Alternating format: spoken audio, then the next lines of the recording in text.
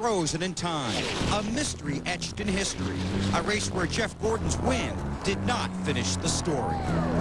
A NASCAR spokesperson confirmed that a fuel sample taken from the number 12 car after the Talladega race was not up to specification. Officials have confirmed the sample did not meet specs in a field test. It was taken to a lab for further examination. Let's face it, it looks as though something happened with the fuel at Talladega. NASCAR urged patience while they pondered the charges against Jeremy Mayfield that its team had spiked its gas 2 weeks ago at Talladega. California, snapshots of success in the sunshine now darkened by doubt. Clouds of controversy swirling around one team and 2 races. NASCAR officials announced that it was penalizing the Penske-Cranafis team for the use of altered fuel or fuel other than the official fuel at the Die Hard 500. And the harshest NASCAR penalty ever, Mayfield was docked 151 points. He dropped from 7th to 15th in the season standings. Crew chief Peter Suspenzo suspended, and team owner Michael Cranafis was fined $50,000. Of course, the question of Mayfield's roof height after winning this past weekend in California is still up in the air. NASCAR impounded the car and sent it back to North Carolina to be checked again, but no word yet on when they'll issue a statement on that situation. Win was Thursday. NASCAR fined the 12 team $25,000 because they did not meet the proper height requirement in post-race inspection following the race at California. 2 races, $75,000 in fines, docked 151 owner points, 151 driver points, and their crew chief suspended for 3 races plus the Winston. Still, there's a feeling in the garage area they might have got off easy. They're here. They have their driver. And now they have to do more than race. They have to polish and repair their reputation, knowing that their next win or their next good finish will certainly be scrutinized by their foes and the fans. For the present, their immediate future is tainted by their recent past. Will the streak continue? Will Wallace become the first repeat winner? How will Bodine do in his comeback? Will the Mobil 1 team rebound from the NASCAR penalties? We'll answer all those questions in the next 3.5 hours. The Pontiac Excitement 400 is being brought to you by the Wide Track Pontiac Grand Prix, proud sponsor of the U.S. Olympic team. By Brand Name Tires, oil changes, and more at your neighborhood Walmart Tire and Lube Express. And by Conseco. 43 drivers are chasing the checkered flag tonight. We'll show you how they line up in just a moment. I'm a child care director. In the summer, I drive buses and vans. We have a blast on these field trips. It's just as much fun for me as it is for them. Parents are entrusting me with the safety of their children. We have to make sure we keep great tires on the van. We trust Walmart to service our vehicle. They have name brand tires and they have great prices, and they're guaranteed nationwide. That's one reason we bought them. Brand name tires, oil changes, and more at Walmart Tire and Lube Express. Because it's pretty precious cargo.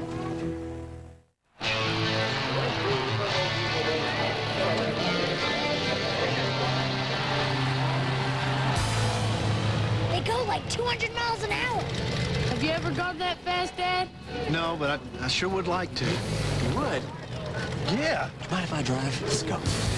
Grab an ice cold Coke, and you could win a trip to the Coca-Cola Racing Family Reunion, including race tickets, pit passes, and a chance to ride with a Racing Family driver. Only from Coca-Cola. Enjoy. Make your move, Tony. Got it, Joe. You know, at times like these, I'm glad I'm driving the Wide Track Grand Prix. With handling like this and this, I can really turn a race around. On the way to the winner's circle, wider is better. The Wide Track Grand Prix by Pontiac.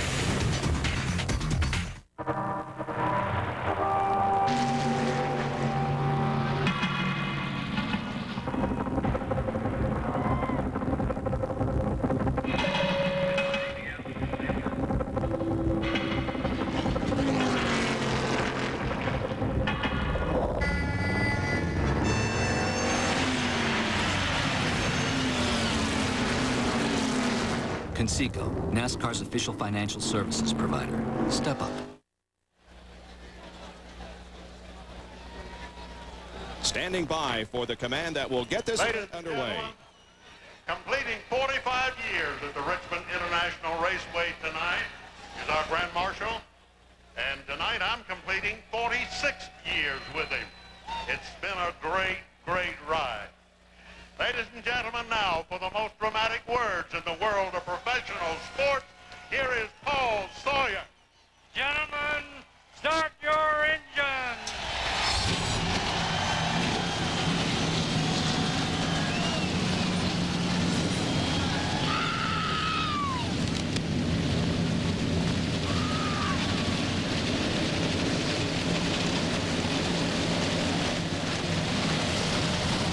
The command, the engines roar to life, and now the challenge is to go 400 laps around this 3/4 mile racetrack. Let's take a look at our race analysis. The purse here exceeds $2.3 million, the race record held by Dale Jarrett. And take a look there at the pit window. Benny and Ned, without a caution, they can go 110 to 125 laps without a fuel stop. When you choose to make that pit stop, it's important, but execution, it's critical. It has to be 100% every stop if you're going to win the race tonight at Richmond. Last week in California, John Andretti's pit stop was not that good. The first thing that happened, Benny, they had a celebrity holding the stop sign. As a result, John went too far in his pits. His tire stopped on the air hose. It would not reach around so that the right front tire changer could get the tire off and back on. Had to come back to the wall and get another air gun. Takes a lot of time to do that. Finally, he gets back over there, but John Andretti was running in the top 5 when he came into the pits. When he went out, he was to the back of the pack. And as a result, John Andretti was never in contention for the victory the rest of the day. And it all started with that one mistake with the stop sign not being at the right place so that he could stop at the right place. It was just a series of errors after that. It cost him a good finish. And each member of the pit crew know exactly what their job is. They know that they can be the difference between a good finish and a poor finish in any NASCAR Winston Cup race. Well, let's take a look now at the Walmart Tire and Lube Express grid. On the pole, with 6 victories at this track on the 3/4, Rusty Wallace. Outside, Steve Park, 4 NASCAR Winston Cup races here. He won a Busch race here in '97. In the second row, Mike Skinner, the pole winner last fall here at Richmond, and Jeffrey Bodine making his comeback from the injuries. In the third row, Dale Earnhardt Jr. scored his first NASCAR Winston Cup top 10 here last September, and Ricky Rudd, his first top 5 of 2000 was last weekend in California. Starting 7th, Tony Stewart, his first NASCAR Winston Cup win here was last September, and Wally Dallenbach, his first top 10 start since Talladega last October. In the 5th row, Bobby Labonte's only short track top 5s were here last year. He finished 2nd and 3rd. And Bill Elliott, who won this race in 1992, the last to win it from the pole. Starting in the 6th row, Mark Martin, 2nd place in last year's race, and John Andretti, top 10 2 of the last 3 Richmond events. This is a very unique racetrack, and it has multi-grooves, and Benny, everybody's saying that you got to get to the top because that's where the best bite is. That's where the best grip is. They put a sealer on this racetrack almost before every event. As that sealer wears off, the racetrack starts getting slick, and you move up the racetrack, get a grip on that new sealer, and you get on around the racetrack. And I think as we see this race go on tonight, that we'll see that groove move up because they'll wear off that sealer and just keep going a little bit higher to search for it. Back in row number 14, Robert Presley and Brett Bodine. In the 15th row, Jeff Burton is making his 200th NASCAR Winston Cup start. Terry Labonte has 3 wins at this facility. Dale Earnhardt, 5 straight Richmond qualifying lower than 30th. Dave Blaney also with him back in the 16th row. And then we get back to Todd Bodine and Ken Schrader. Scott Pruitt and Robbie Gordon will be back there in the 18th row. And then we get back to the provisional starters in tonight's race. Starting back in the 19th row, the driver who dominated last weekend at California, leading the most laps, rookie Matt Kenseth and Michael Waltrip, who had all kinds of problems in qualifying. 20th row, Kevin LePage and Jerry Nadeau. And Kyle Petty and Elliott Sadler will be in the next to the last row. And all alone back in the 22nd row in 43rd position is Mike Bliss. The drivers who failed to qualify here for the Pontiac Excitement 400, Dave Marcus, Rick Mast, Ed Barrier, and Darrell Waltrip, who is out of provisionals. Michael Waltrip has their Nation's Rent New Holland onboard camera. He'll be starting back in the 38th position. Bobby Hamilton, the Howard Johnson's onboard camera. He starts 24th. The Coors Light camera will be carried by Sterling Marlin, starting 21st. Mark Martin has the Conseco onboard camera. He starts inside the 6th row. Bobby Labonte, Circuit City onboard camera. Bobby starts 9th. Dale Earnhardt Jr., the Budweiser onboard camera. Little Lee starts inside the 3rd row. And our pole sitter, Rusty Wallace, the Miller Lite onboard, as he looks back at the entire field behind him. And he hopes that's what he'll be doing all night. Rusty Wallace will join Dale Jarrett, Ricky Rudd, Gordon, Park, Labonte, Mayfield, and Skinner in the Bud Shootout for the year 2001. Anybody who wins a Bud pole this year will be eligible for that event at Daytona. Less than half a second separated the fastest qualifier from the slowest. It is a 3/4 mile oval. The front stretch is 1,290 feet, back stretch 860. The corners banked at 14 degrees, front stretch at 8 degrees, and just a very slight banking on the back stretch. It's a beautiful night here in Central Virginia. You couldn't ask for a better evening. It has been relatively hot here this afternoon and humid, but a great night to sit back and enjoy the race here at Richmond and wherever you are in your living room. About 90 degrees this afternoon, as a matter of fact. We see that lights are on the safety car out, which means in about half lap we'll be getting the green flag.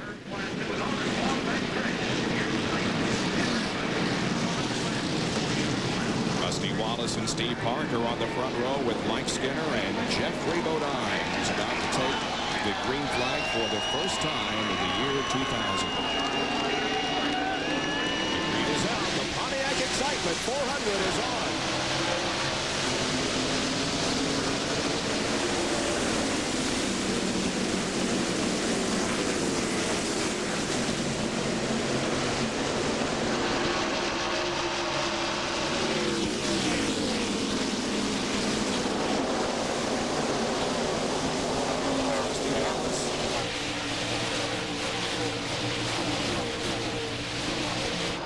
Jumped out quickly to the lead, leaving Mike Skinner and Steve Park to battle for second. And all of his success here at Richmond International Raceway, Rusty Wallace did not lead a lap in 1999, but he's led the first two here in 2000 as the battle rages on for second. Neither of those Chevrolet drivers want to give up. They'd like to get up there to see if they can challenge Rusty Wallace. It might be slowing them down a little bit running side by side because they don't get the full. Mike Skinner got loose coming off that corner. Did a good job of straightening it out. Of course, it allowed Steve Park to get up there in second place. It also allowed Jeffrey Bodine to move up on the inside of Mike Skinner. Mike Skinner had a similar situation to that last week in California. He's running side by side with the car, too. He's on the pole there and then dropped back, but he came back pretty quick. There's some spark coming up beneath the safety car, the power team car. When he goes down the corner, it looks like the car is bottoming out. Jeffrey passed Mike Skinner of his first competitive pass of the year 2000 in the Winston Cup Series. And now Mike Skinner looks to the inside and tries to regain that position, but he'll stay where he is for the moment. Running back in the 5th spot is Dale Earnhardt Jr., then Ricky Rudd, Tony Stewart. Looking back from the pole sitter and the current leader, Rusty Wallace, to Steve Park, who looks like he may be ready to mount a challenge. He's looking. Meanwhile, here comes Skinner trying to get on the inside of Jeffrey Bodine. That's for the 3rd spot.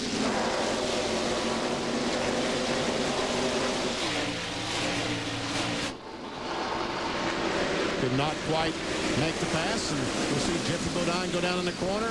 I think as the tires get warm, as the pace starts slowing down, then I don't believe that Jeffrey Bodine's car will be bottoming out going in the corner.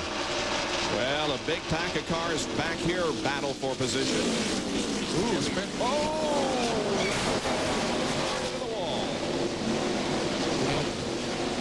I started to say that Jimmy Spencer looked like he wanted to make it 3 wide there going into that corner, and that really got things jumbled up. Well, the 12 team, of course, suffering some penalties handed out this past week that we told you about coming on the air, and now their problems continue as Jeremy is hard into the wall in the third turn, and that is going to bring his Mobil 1 Ford to pit road. You hate to see that. See the left front fender? That's where he's the victim of circumstances. That's where he made contact with the other car.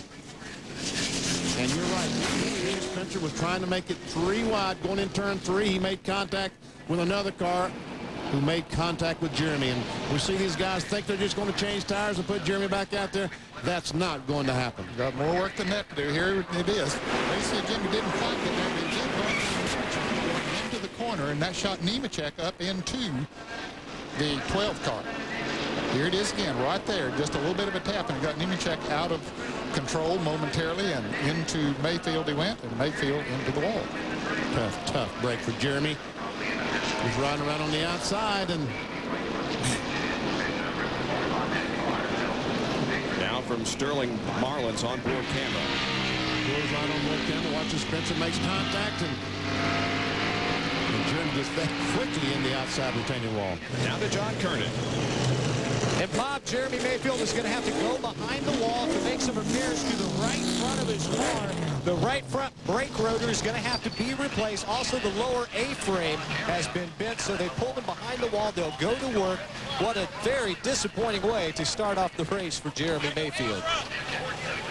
Well, that car was making its first start of the year 2000. It did run at Richmond and Martinsville last year, but it's behind the wall for repairs at the end of 9 laps.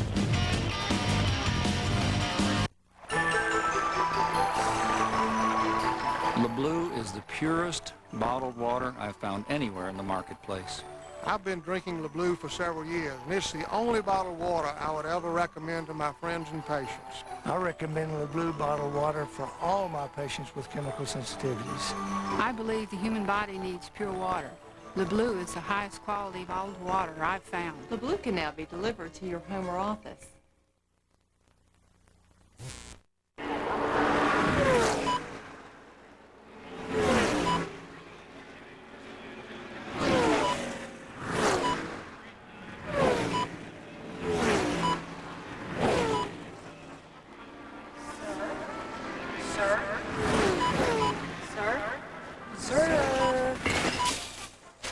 Cash check or charge?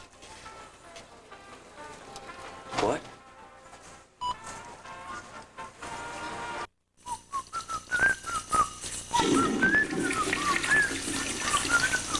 Hey man, what's up, dude? How you doing?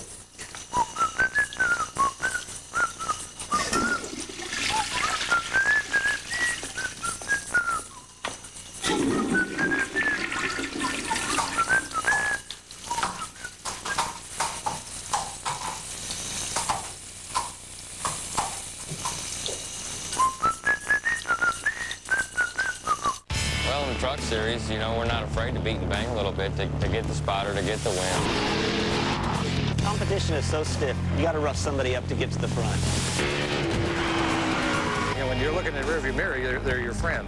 If you're looking through the windshield, they're your enemy. You have to use that chrome horn and lay the bumper to the guy in front of you.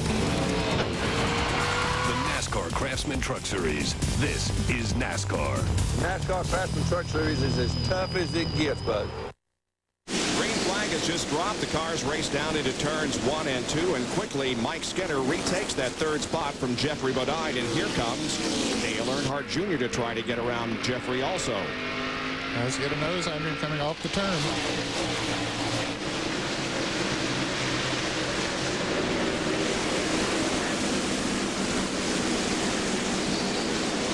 You ever have an extended break from racing because of an injury like Jeffrey has? No, I never have. Very fortunate in 65 that was able to continue with the brace and the grace of God, I think. Tony Stewart, that Home Depot car all over the back of Ricky Rudd now, the 28 car. He's been trying them on the outside, trying them on the inside, and nothing has worked so far.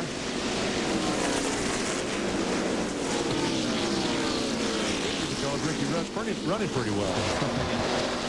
Ricky, he was good in practice. On board with Bobby Labonte, who's running back in 8th spot behind Tony Stewart.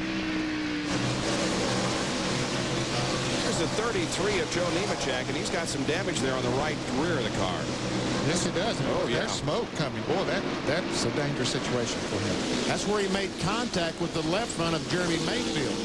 He's running back in 24th position. Meanwhile, this battle is for 11. Bill Elliott and Mark Martin, closely pursued by John Andretti.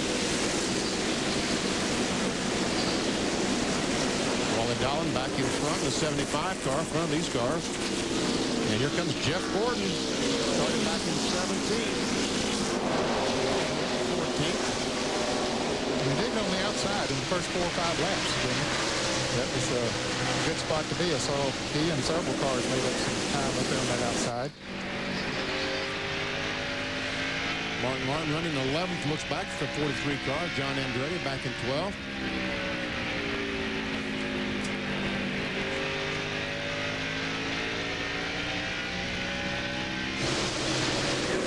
Up front, meanwhile, again, Steve Park tries that high line around Rusty Wallace and doesn't have quite enough to take the lead yet.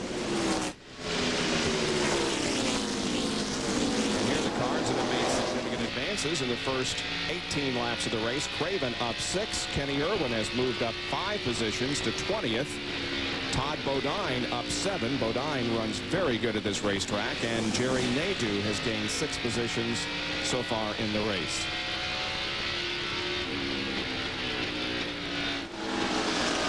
Now Park looking down on the inside. Rusty's apparently trying that second groove a little bit and said, hey, he's going to look up there. Maybe I better move up there. That's exactly right. He saw that Steve Park was faster than he was on the outside groove, so he chose to go up there. It looks like it's working for him. Now Mark Martin trying to take over the 10th position from Wally Dallenbach.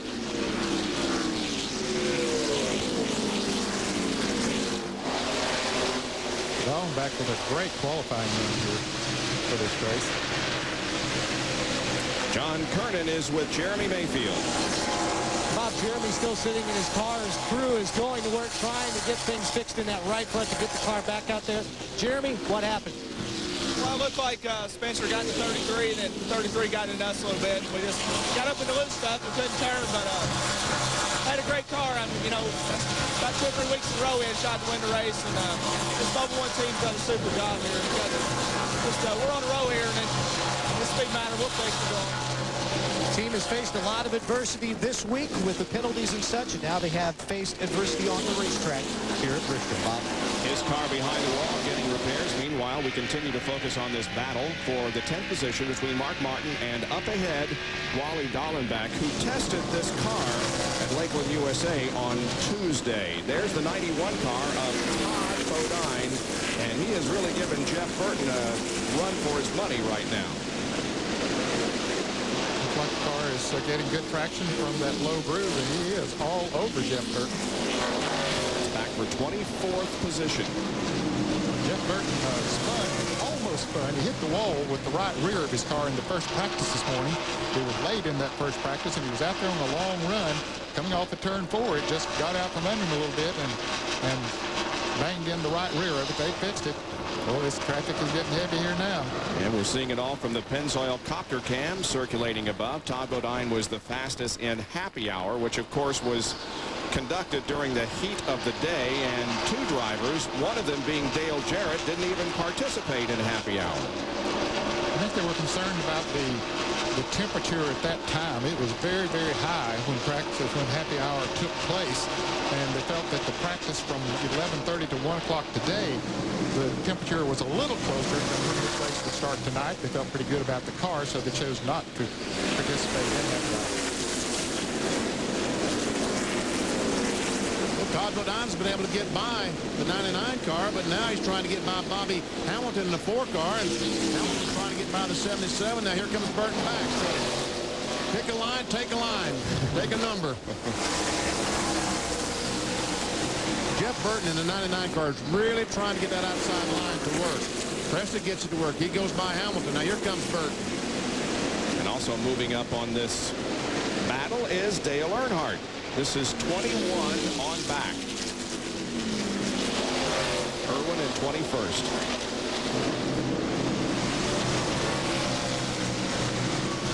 And now here is Steve Park once again trying to get the nose of his Pennzoil Chevy to the inside of Rusty Wallace, but unable to do so as Wallace continues to hang on to the lead. 29 laps completed, and Rusty's been out front for all of them.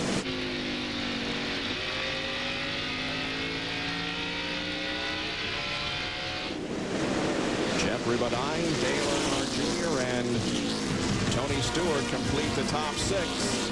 Back with more live coverage in just a moment of the Pontiac Excitement 400 from Richmond International Raceway. Flip-Law Day 19. Traveling the circuits of NASCAR. Darlington, Daytona, Talladega, Charlotte. The drivers, the cars, the action, bumper to bumper, mano-a-mano at speeds of over 200 miles an hour, with us covering every heart-pounding, adrenaline-pumping moment at the incredible speed of over 35 miles an hour, as fast as it goes. What? It's a good thing they keep going around in circles.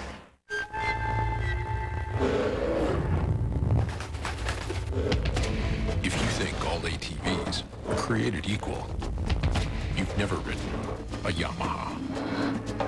The new Kodiak 400 Automatic and Big Bear 400 from Yamaha. 'Cause out here, bears rule. Now, get low payments on every Yamaha ATV, starting at just $69 a month during Yamaha All-Terrain Value Days. Nice lunch, Ed? I have been to the Edge and back. Okay.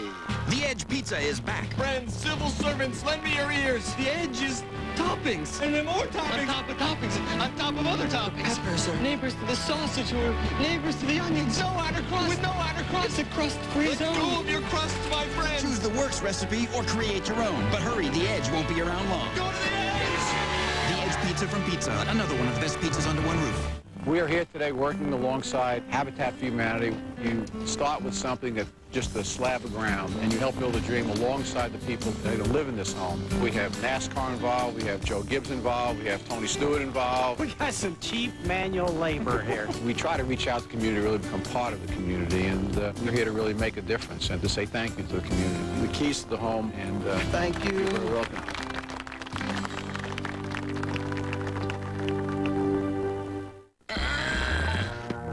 Whoa!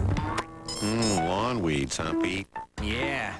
All you need is Ortho Weed Be Gone. Kills more weeds than other brands. Didn't hurt my lawn. We guarantee it. Leave it to Ortho. Is there a hog in your yard? Well, there ought to be. If you want a trimmer that feeds line automatically, so there's no bumping required. Go hog wild with the Grass Hog. Now available in cordless. Built by Black & Decker. Working the 38th lap of the Pontiac Excitement 400 here at Richmond International Raceway. This racetrack used to be a half mile. 26 events have been run on the three-quarter mile, and it's been basically a Rusty Wallace racetrack. He leads in at least 6 categories. There you see them, including number of wins. He has 6 wins at this facility. What is he that? is leading right now. What does that say? 23rd race. Why did you say 26? Did I? Yeah. Okay. 23 races since the reconfiguration. I even wrote it down and I didn't get it. Steve Park's still working on them. They're coming up on some lap traffic now as they pass by the 44 car of Kyle Petty. He's running 42nd. He goes a lap down. Tony Stewart looks like the car on the move. He's been able to get by Ricky Rudd. He's been able to get by Jeffrey Bodine. And look at that, man. Tony Stewart right on the bottom of the racetrack. And that's after 39 laps. They're on their 40th lap right now, so that's pretty impressive that he can keep that Pontiac down there that low after that many laps. And he told us on Bill Weber's NASCAR Today that that's how he won here last fall, by running at the bottom of the racetrack. So I guess he's got the car set up just like he had it last year. Right now he is running about 5.6 seconds behind the leader, Rusty Wallace. 11th, 12th, 13th, and 14th right here as Jeff Gordon slides inside of Bill Elliott.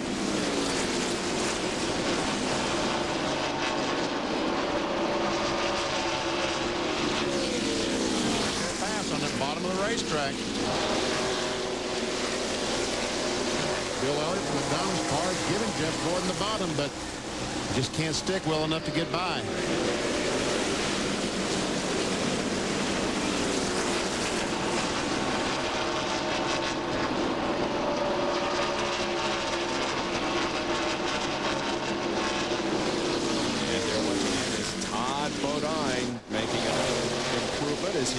inside and passes Johnny Benson. Oh, and he hit the wall coming out of 4. Man, oh man, did he hit. Oh, that's too bad. Caution is out. You see pieces bouncing across the racetrack. I'm all right. Sorry, but I'm all right. Well, that's the good news. He had a good run going here in the first right there. 43 laps. Also, Johnny Benson, Lyco's car, made contact with him. There's some damage to Johnny's car.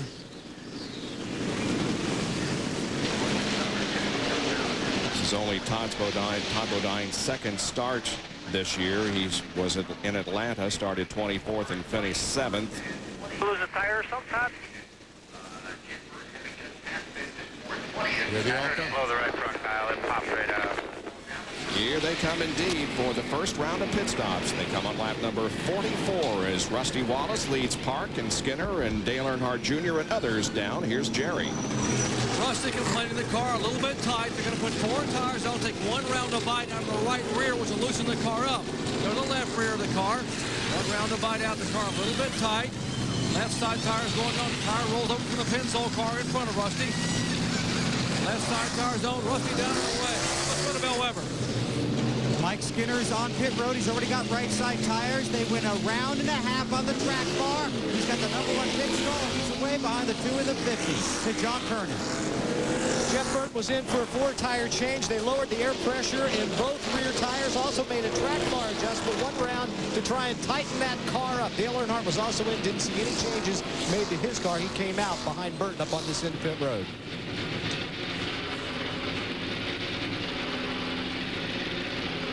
Rusty led the race off of pit road. The 21 car of, is that the 21 up there? Yes, Alex Sadler has not pitted yet. So he will get those 5 bonus points. And Ricky Craven must have changed 2 tires. You ever see Todd Bodine coming off the corner right in front of Johnny Benson? He comes off the corner, and all of a sudden we see the right front tire just bam. The air goes out from under it, and Benson has no place to go but right in the rear of Todd Bodine. And there is sheet metal damage on the front of Benson's car. I'm sure they've worked on that during this caution. Here it is from another angle, and you can see the right front of the car just kind of fall, indicating the tire went down, and into the wall he went. And what's that piece of brake rotor coming across the racetrack? Right in the grill of Kenny Irwin. Man, oh, and see, the thing kicked you back out. Yep. From a Pennzoil copter cam, and there we see the right front. And there we see the contact. Now watch, if we can see this piece of brake rotor will come out from underneath Todd Bodine's car. I think it was behind us, wasn't it? Yeah. There's Irwin.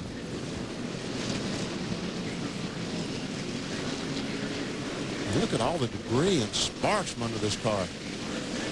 And there's the tailpipes, the complete exhaust system. Almost a complete exhaust system. All the tailpipes come out from under the car. Wow. We got a little bit of everything on the racetrack. It'll take a little bit of while to get this thing cleaned up. Todd Bodine hits the wall, coming out of turn number 4, bringing out our second caution of the evening here at Richmond.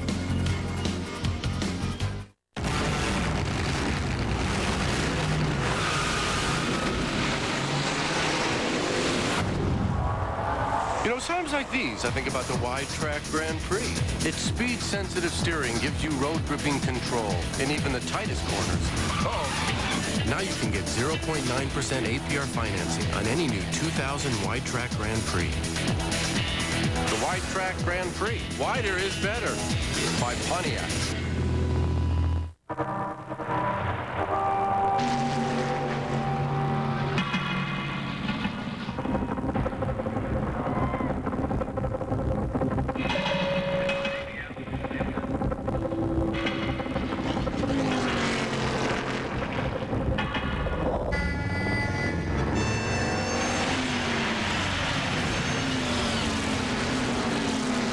Conseco, NASCAR's official financial services provider. Step up. Listen up, moms. The way to make sure you get what you want for Mother's Day is to come to Big Kmart. Jacqueline Smith's separates, tops, and shorts are all on sale. All American Tourister luggage is on sale, too.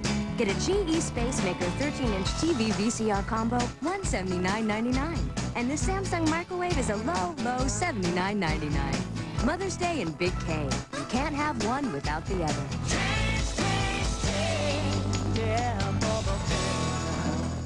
This commercial is rated X. X for extreme protection. New extreme cleaner wax from Turtle Wax. Stands up to everything nature throws at it. X for extreme cleaning. Turtle Wax Extreme Cleaner Wax with a breakthrough Trilicone formula cleans away swirl marks and grime. X for extreme shine. It gives you a deep, long-lasting shine, especially on clear coat.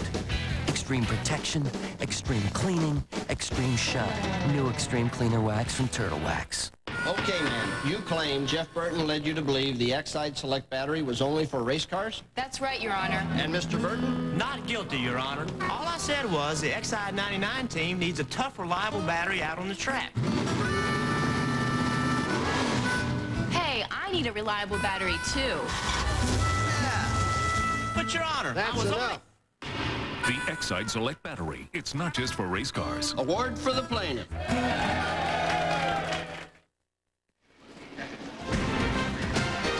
ESPN Sunday Night Baseball, the Houston Astros, led by Jeff Bagwell, hope to jumpstart the team after their woes at home. They travel to L.A. to meet the Dodgers, led by Gary Sheffield, who started off the year very hard, and Sean Green. All of it at 8 o'clock on ESPN Sunday Night Baseball. Still under caution here at Richmond International Raceway. Elliott Sadler did lead a lap, then pitted. That gave the lead back to Rusty Wallace. That's where we are right now with 50 laps completed, and we get a report from the doctor. Earlier, we saw Joe Nemechek's right rear tire smoking. Let me show you what happened. When he hit the wall over, it had some sheet metal damage. The crush panel, this panel right here, came loose and was down rubbing on the tire. Now, on the pit stop, they ripped this crush panel away, and here's the right rear tire. You see where it was rubbing the rubber away? The tire still has air in it, but it was getting very, very loose. And, folks, those are the cords, so this caution was a big break for Joe Nemechek. And here's what caused that crush panel to be bent, knocked down on the tire. He's on the inside of Jeremy Mayfield. Jimmy Spencer, the 26 Kmart car, goes down, makes contact, and right there, the right rear of Nemechek's car hits the left front of Mayfield, and that's where the damage came from. And Mayfield is still behind the wall, so is Kyle Petty, and, of course, the 91 that was just involved in the crash. Well, Rusty Wallace stayed the same. Park lost 4 positions. Jeffrey Bodine lost 5. Ricky Rudd lost a couple of positions, and Ricky Craven, who I assume just took 2 tires, gained 7 spots. That's the report that we have, that he just took 2 tires, so he's up to 2nd place now. He had moved to 9th, so he really was moving forward. So Craven is 2nd, then Mike Skinner, then Dale Earnhardt Jr. and Tony Stewart. Those are the top 5. Dave Blaney made a pit stop, and they worked on the car. Hey, let's go down to Todd Bodine right now, John. Todd Bodine had a great run last night in the Busch Series race with another top 10 finish, but tonight, Todd, it's an early end to your evening. What happened? Must have run something over, cut the tire down.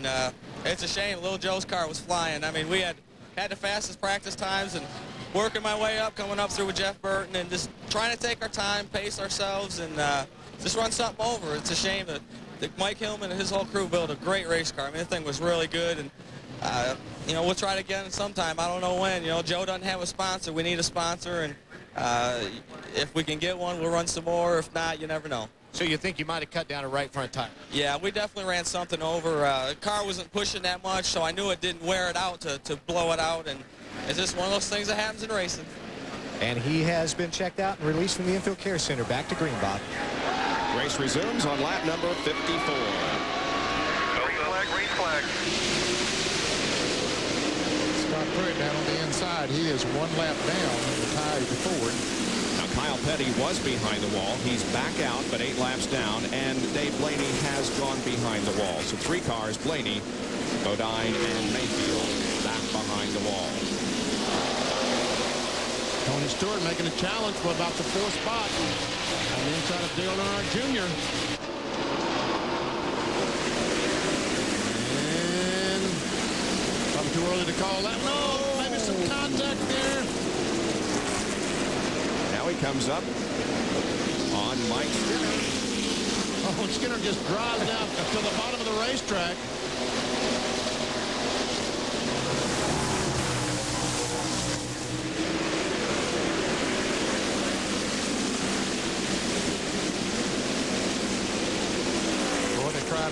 those passes with those fresh tires on, they know it's going to get more difficult as those tires heat up. And Jeff Gordon has got himself to the outside of Bobby Labonte, and he's trying to move up. Jeff right now running back in the 9th spot.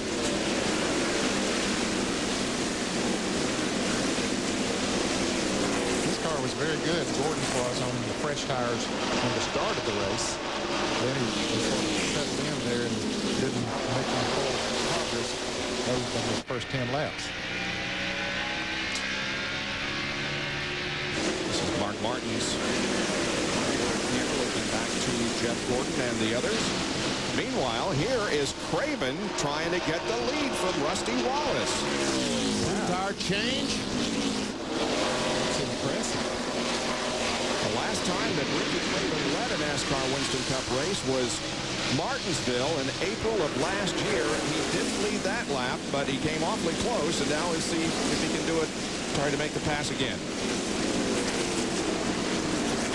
Couldn't quite make it. Looked like he got a little bit loose.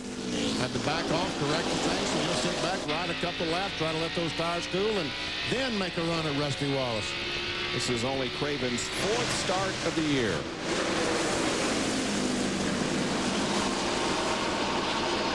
Here's a Super 8 serial on Ricky Craven, who started from 14th position. By lap number 11, he had moved to 10th. And because of the 2-tire change on that first round of pit stops, he gained 2nd spot and is right there behind Rusty Wallace, the leader.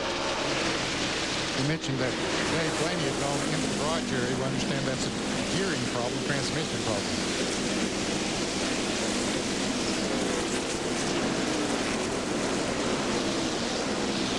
In the 32 car, Scott not on the lead lap. And Mark Martin and Jeffrey Bodine and Jeff Gordon and Bobby Labonte and the others are fighting for position.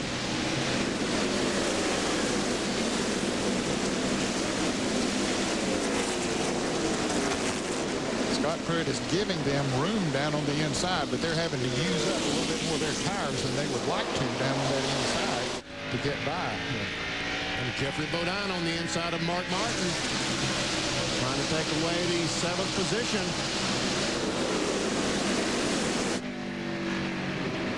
Let's go down to Bill Weber.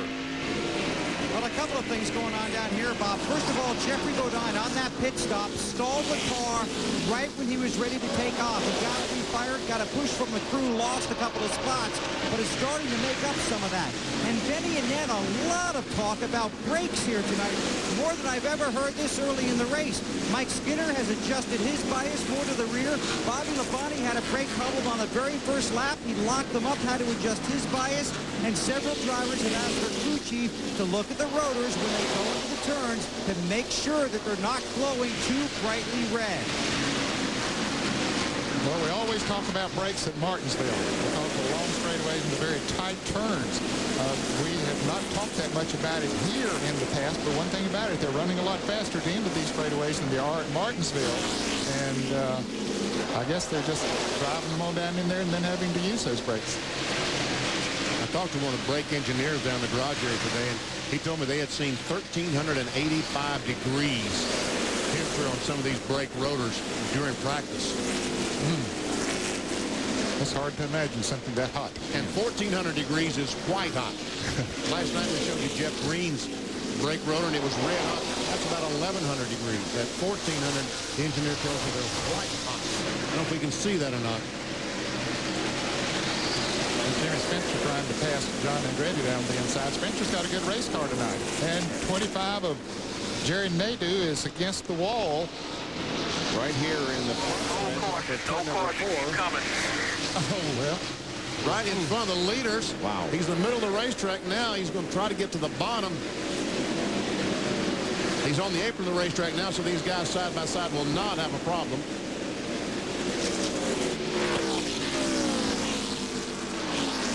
Now these 2 tires that Ricky Craven, the 2-tire change is starting to show some effect. He's falling back now to the clutches of Mike Skinner.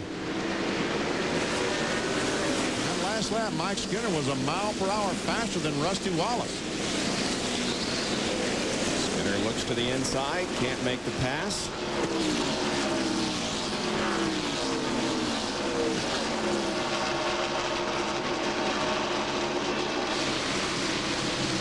Skinner led 64 laps last Sunday at California, is one of those drivers who is, as they say, knocking on the door. And a lot of people believe that he will be the next first-time winner in NASCAR Winston Cup competition. Big pack of cars back through here. There's Jeff Burton with Ricky Rudd and John Andretti. And Jeff Burton, by the way, is making his 200th NASCAR Winston Cup start. Dale Jarrett is making his, what is it, 400 or 500? 400, I think it is. Yes, 400, right. And there's Dale Earnhardt right on the inside of John Andretti. Might have been just a touch of rubbing. Earnhardt had a great pit stop, and since then he's moved up around Ward Burton. Now trying to take another position. Oop. This is slip a little bit there. They're battling for 15th there. 15th, 16th, 17th on back. Mike Skinner has been able to get by Ricky Craven, take over the second spot, and he and Rusty right now run about the same speed. Separated by just about 1/3 seconds, however. These cars we're watching here are running about 8 to 9 seconds behind Rusty. The time car, Scott Pruitt. As we established, he is a lap down, but looks like he's running pretty competitive with these cars. Let's go down to John Kernan in the John Andretti pit, or the Jerry Nadeau pit. And Jerry Nadeau just came in, changed 4 tires. It was a flat right front tire. You can still see the smoke boiling off of it. This is the inside of the tire, and the sidewall is completely gone. So we don't know if he ran over something and punctured the tire. The crew doesn't know, and there's not really enough left of the tire for them to, make a good investigation and make a good guess. But then Nadeau hit the wall after blowing a right front tire down in 3 and 4. There's a lot of pushing and shoving and gouging and rubbing going on out there. Well, there really is. Earnhardt was following Scott Pruitt there, trying to get by him, and John Andretti went on by on the inside. So Earnhardt started in the middle, and that wasn't going to work. So, John, these tires they're using tonight do not use the interliners that they normally use. Is that correct? It looks like that tire had an interliner in it. And Tony Furr, the crew chief, says he thinks the brakes got so hot. You were just talking about the brakes sometimes being white hot around 1,400 degrees. He thinks the brakes were so hot that it melted the bead on the inside of that right front tire, and that's what caused it to go down. The leader is Rusty Wallace. He has led all but 1 lap, and he is 1.6 seconds ahead of Mike Skinner. Third place belongs to Ricky Craven, then Tony Stewart, and Dale Earnhardt Jr. runs 5th. We'll be right back.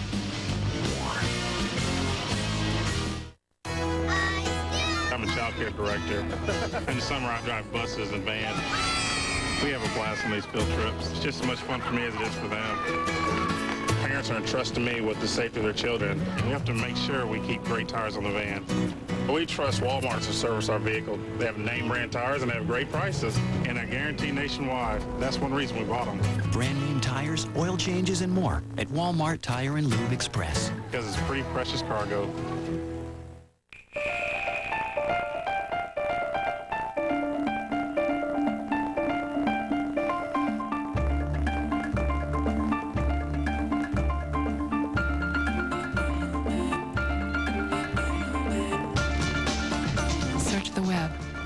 Most comprehensive search engine and get more relevant results, all organized into neat little folders. Northernlight.com, just what you've been searching for. You think you drive hard? Yeah, well, we all have our dreams. This is hard driving. Number 24, Jeff Gordon. He takes a 700 horsepower machine and drives it like a rental. All he does is win. Jeff Gordon wins. Hey, and in the engine, Quaker State Ultra Premium, as in ultimate engine protection. You know this stuff. And so does Jeff's competition. Quaker State, sensible technology. What more do you need to know? We're going to do it again, I hope. Kick off your summer with the big sunny taste of Sonic's Bacon Patty Melt Toaster Sandwich with crisp bacon, sweet grilled onions, and smoked cheddar on thick Texas toast. Now with a large order of tater tots for just $2.99. Only at Sonic, your summer flavor place. If your car is sluggish, or you sometimes use a lower quality gasoline, pour a bottle of Techron Concentrate Fuel System Cleaner in your tank. Then fill it with gas. Get the performance you paid for with Techron Concentrate from Chevron.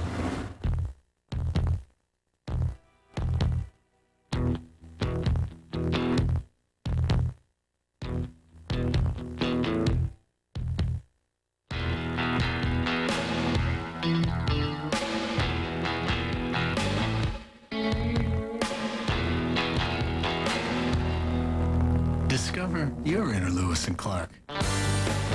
Go RV. Life's a trip. Visit an RV dealer or call for a free video.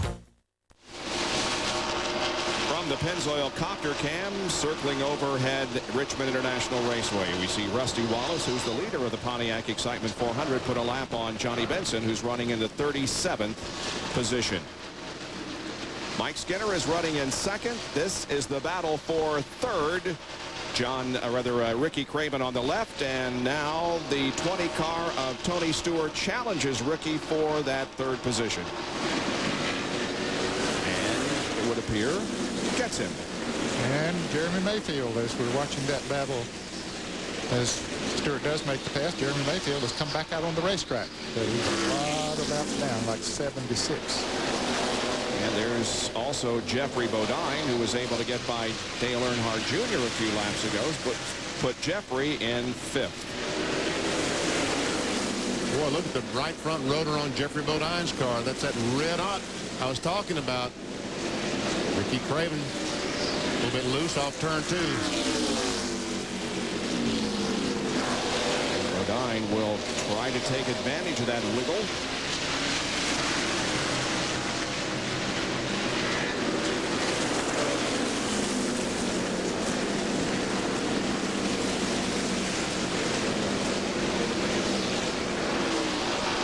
So difficult to pass down on that inside. Just can't get the traction off the corners. And of course, when you're down on the inside, your full line around the racetrack is taken away. And right here's a perfect example of it. They've run side by side now for about 7 or 8 laps. And DJ just can't get the traction coming off the corners. That's for 16th position. Right here is where he's hurting most. It's just difficult coming off of that turn. Andretti had the traction coming off on that high line. Everybody is facing that when they try to pass. The chassis that John Andretti is driving has 3 wins to his credit. He won with it at Martinsville in '99, and Bobby Hamilton won 2 races in it, one in '96 and the other in '98. Kenny Schrader, the M&M's car, coming behind. Turned to run in an 18th position, started back in 34th. Yeah, he came out of the pack of traffic back there behind him, including Ward Burton, who's the next car back. But he was back there with Wally Dallenbach and Sterling Marlin and a group of them back there, and Schrader has come out of that pack. Here's that pack that that Schrader was in about 10 laps ago. There's Sterling Marlin and Terry Labonte down on the inside. Kenny Irwin is back there, so is Matt Kenseth a little bit further back.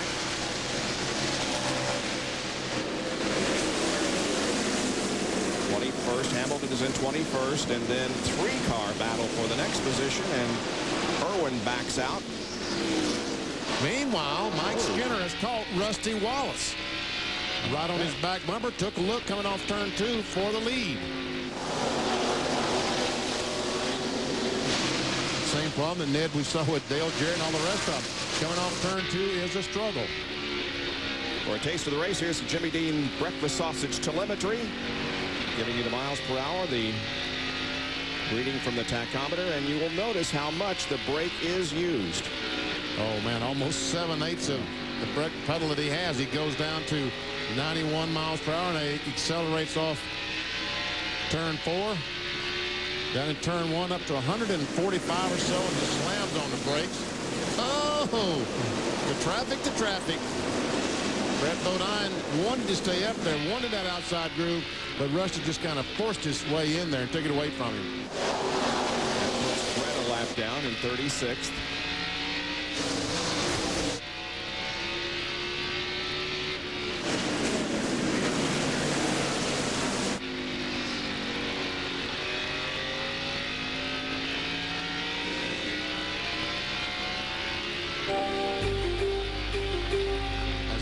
has lap cars and what have you. The last time by Jeffrey Bodine was the fastest car in the top 6.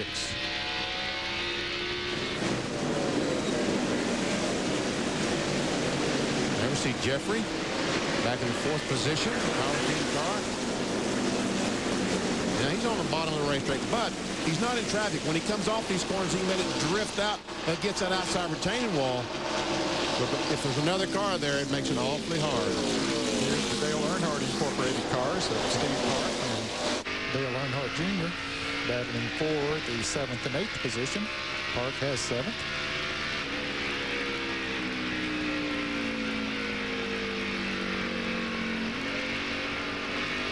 Dale Earnhardt Jr. we're riding along with, and the Budweiser car told me that high groove said really feels good. You put that tire, oh, there's Robbie Gordon going a lap down.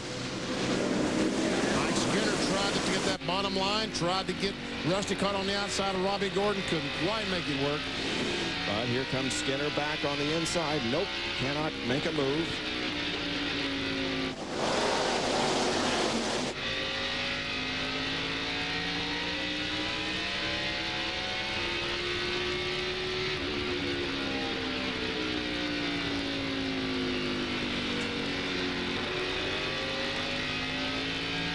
What kind of RPM that Rusty turns down the backstretch? We see 82, 8,200. Now he'll turn about 8,500 down the front stretch because it's longer, and he's got a better exit off turn 4.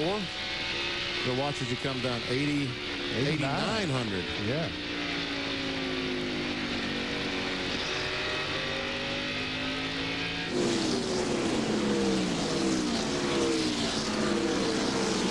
Jeff Burton continues to fight his way to the front. He's up to 10th position now. There he is behind Jeff Gordon. Started back in 29th position. There's the Super 8 serial, started 29th. And there is how he has gotten into the top 10 as we have completed more than a fourth of this race already. But big traffic for the leader, Rusty Wallace. Elliott Sadler and several other slower cars in front. Stacy Compton is right there. Joe Nemechek's not far in front of Rusty. They want to keep from going a lap down.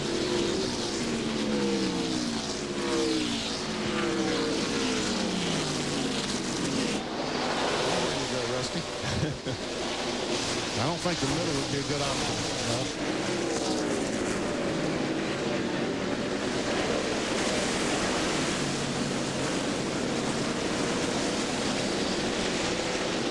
Like the track is pretty much blocked up ahead. Sadler's on the inside and Compton running right ahead of Rusty Wallace.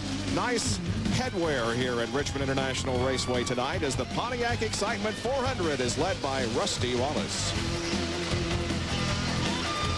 Hi, I'm Rick Hines. At Patriot, we sell new Buicks, Pontiacs, GMCs, and quality used cars and dealership services that are presented to our customers in a way that exceeds their expectations. For us, service is more than a way of doing business. It's a Hines family tradition. David, Mike, and myself welcome the opportunity to show you the benefits of being a Patriot customer, where we build our business on the reputation of our service.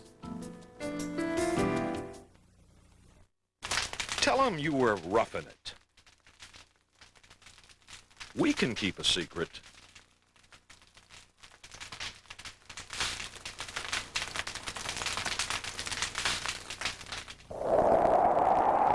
It's lonely at the top.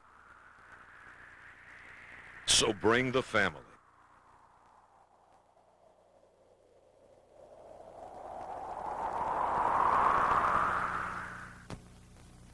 Oh, you're locked out?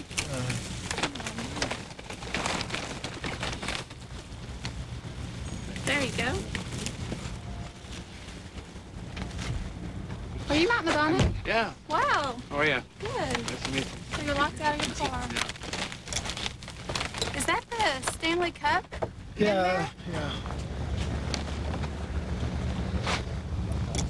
Oh, man. Sharp Stars, Game 5, tomorrow at 7:30 on ESPN2. Welcome back to live coverage of the Pontiac Excitement 400 at Richmond International Raceway. Not much has happened Rusty Wallace and Mike Skinner still trying to clear some of this slower traffic, and Rusty has managed to continue to hold off Skinner's challenge. Yeah, not much has happened, Bob, but lots have happened because these guys, talking about Elliott Sadler, the 21, Stacy Compton, the 9, Joe Nemechek, they're fighting for their absolute life, trying to stay on the lead lap in front of Rusty Wallace. Hope a caution flag comes out. The caution car picks up Rusty Wallace. They need to go around and make up the entire three-quarter mile. Battle for fifth is between Mark Martin and Ricky Craven. Now, one thing that has happened here lately as we see Mark take over that position is that Jeffrey Bodine has moved around Tony Stewart and has moved up into third place. There's Tony in the car number 20, and there's Jeffrey. And he is closing the gap on the leader while they're caught up in that traffic running side by side back there. Jeffrey Bodine was about 4 seconds behind. He's now 1 3/4 seconds behind. Let's see if Mike Skinner can beat that. Oh, I think he did. Now he's trying to force Rusty up the hill, so no. Just boys, be careful. Don't get them 3 wide coming off the corner. Doesn't work very well going in the corner, much less coming off. Careful now.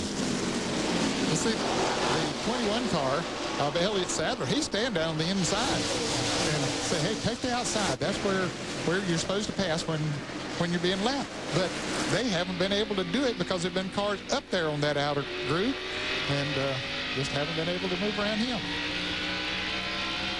This is really helping all those guys back, you know, 3rd through 10th, I guess, because right now, the 5th place car, Ricky Craven, 6th place car, is only 4.5 seconds behind. Down to Jerry Punch. Guys, the competitors may not want to hear this, but the last time Rusty Wallace had this car on the racetrack was at Martinsville early this year. He led 5 times for 343 laps. That's only part of the story. He cut a right front tire and turned to at Martinsville, lost 2 laps, and made them both up to finish 10th. This is a pretty darn good race car. Sure is. They were talking about helping those guys behind. Ricky Rudd, for example, he's in 15th position. About 10 laps ago, he was 14 seconds behind the leader. Right now, he is 9 1/10 seconds behind. He's picked up 5 seconds. That time by Bobby Labonte at the quickest speed back in the 8th position. Jeff Gordon 2nd, and Bobby Hamilton back in, what is that, the 20th position, was 3rd.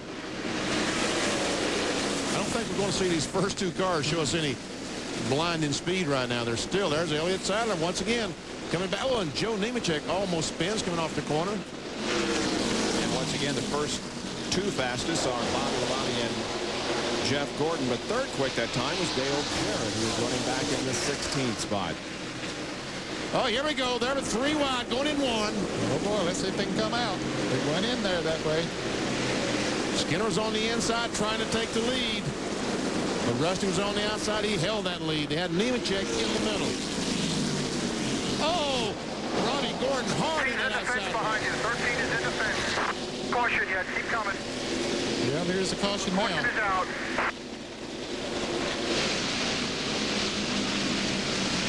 So Gordon's excursion into the wall brings out our 3rd caution of the evening. And that right front tire is flat.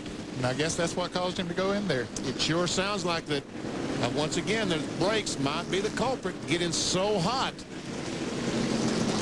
that they're just melting that tire. And let's face it, at 1,100 degrees, what kind of chance does that rubber have of blasting? Benefiting from all this was Kenny Wallace and Stacy Compton. Both of them were close to going a lap down, but because of the caution, they remain on the lead lap as Gordon with some fire in the right front of that. I don't think I want to. Let's see if we can see what happens. Never see him going down that corner. Starts on the outside, and that right front, he just went flat. He never turned, and then that wall he went. Robbie Gordon was evasive when we asked him during qualifying yesterday if he was going to run the Indianapolis 500, but the release from the Indianapolis Motor Speedway says he is. The tire is on the right front, is still blazing there, BP. I'll tell you what, now that right front tire changer, he gets my vote.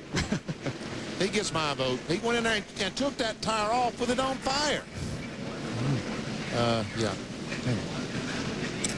Well, the pits are closed, and here's Jeffrey Bodine coming down pit road. That's going to be a costly mistake for him. Now, he should have stopped.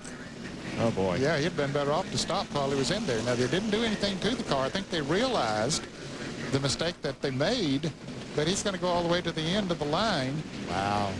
He has to sit there until the entire field comes around. Bill Weber? Yeah, no, this will be interesting because remember, Dale Jarrett came down pit road once before and didn't stop and still receive the penalty, but the flag here is very hard to see. In fact, Skinner had just told his crew, make sure you tell me when pit road's open because I can't see it. Obviously, Jeff Bodine pitted too soon. It's open now. Here they come down for their pit stops. Wallace, Skinner, Stewart, Martin, Park, Craven, Bobby Labonte, John Kernan. Jeff Burton, who's charged from the back, will make another track bar adjustment. Also some air pressure adjustments, trying to tighten the car up a little bit. To Jerry Bunch. Rusty Wallace at the nose of the car is sliding. They're going to go down on the air pressure across both front tires, up in the right rear. Trying to get the nose where it'll turn in the corners. Rusty's left side tires on. 4 tires and a track bar adjustment for Mike Skinner. This team furious about lap traffic. Wallace is the first off pit road, followed by the 31, then the 6, the 1, and the 18. Boy, a huge traffic jam coming out of pit road. Well, the 2 big losers this time is going to be Tony Stewart and Jeffrey Bodine. Obviously, we talked about Jeffrey Bodine, but Tony's crew had some problems that time. He's going to lose some spots. They were third. Tony Stewart was third, but is going to lose a lot at track position. There's Benny's hero of the night. The blazing tire of Robbie Gordon was taken off. Everything's okay. Back in a moment. On the road, even for an experienced driver, things are not always the way they appear. For instance, the blind spots around a truck. They can be a dangerous place to drive. Now that's the beauty. Remember, if you can't see the driver's face in the side mirrors, Honey, he can't see you. the driver can't see you. Stay out of the truck's blind spots, and you'll stay safe. For more tips on how to share the road safely, get this free booklet from Shell. Count on Shell. Now at McDonald's, buy 1 new Chicken McGrill or new crispy chicken sandwich, get 1 free. Made hot, fresh, right to order, with a surprisingly great taste.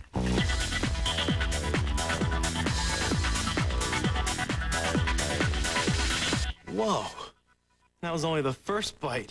Buy 1 chicken sandwich, get 1 free. So where should you get going? Did somebody say McDonald's? A worldwide Olympic partner. Meet Howard Johnson, his wife Dana, and their kids. It's vacation time, so they stay at a hotel that has their name written all over it, where kids always stay free, and they always feel at home. There's coffee to get them going, and free Crayola Kids magazines, all at a Howard Johnson kind of price. We have a great name to live up to. Howard Johnson makes you feel at home.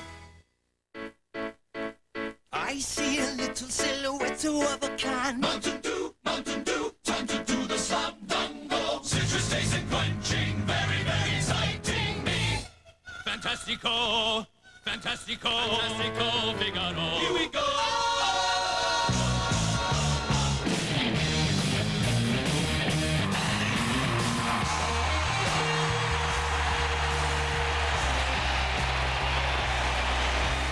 For 10 years, ESPN's Outside the Lines has investigated sports on and off the field. Now, this groundbreaking Emmy Award-winning program has a new weekly edition, Sunday mornings at 10:30.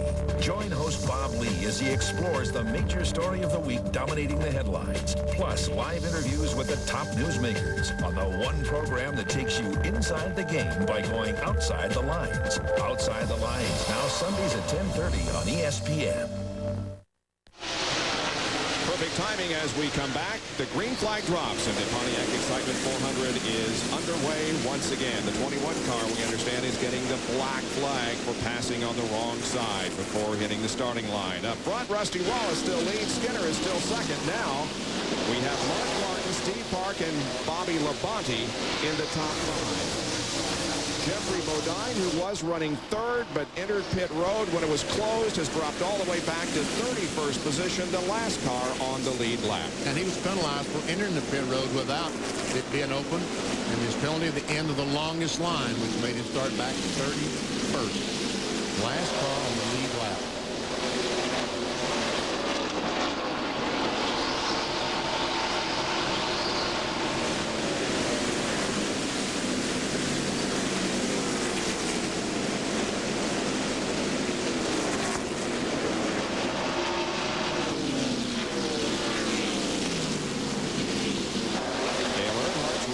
top side of the racetrack. He's up to 6th spot, and now here's Mark Martin taking 2nd from Mike Skinner.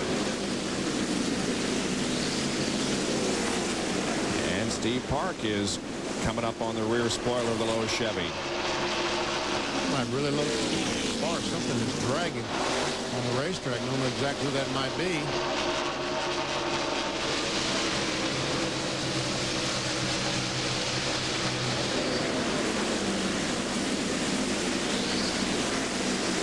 And now Earnhardt's really getting some pressure from Jimmy Spencer.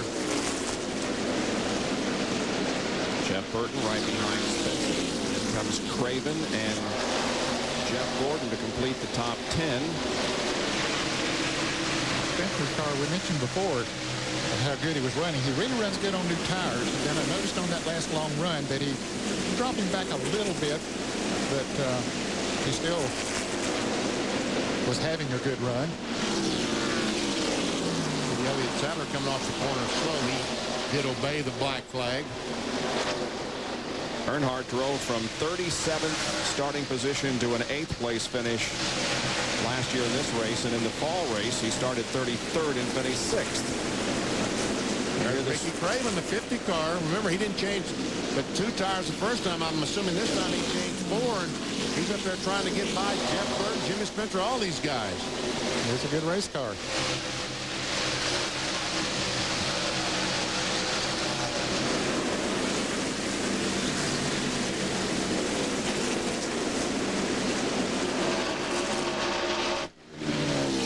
John Curtin, who's with Robbie Gordon. And Robbie's crew is working on his car in the garage area. Robbie, what happened? I don't know exactly what happened. They ran over some debris or something, cut a right front tire, and it took off into the wall. It's unfortunate, you know, it's the last race of the Burger King program, and we just wanted to have a good run here. Crew is working on his pancake the right side, and it's the third. He's the third driver up on my end of pit road who's had a right front go flat. Well, here comes Mark Martin, who has a good run on Rusty Wallace, and at the line, I think Mark will get credit for leading that lap. Well, it showed up on the monitor here, the scoring monitor, as being the leader.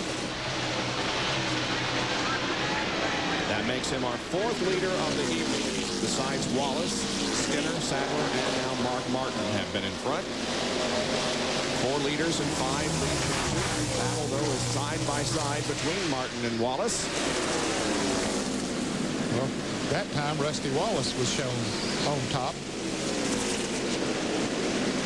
And Mark was 0 seconds, 0 thousandths of a second behind. 0.00. Pretty close, isn't it? Close as you can get. Might have been that way. No. Mark was 100th of a second behind Rusty that time.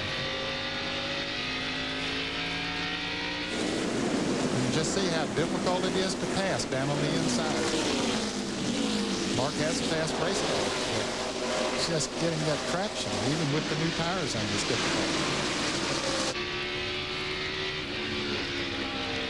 And now Joe Nemechek in the Oakwood Homes car has gotten himself between Mark Martin and Rusty Wallace. Now Joe is a lap down. He just had gone a lap down before this last caution.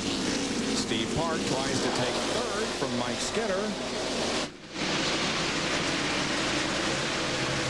That doesn't happen.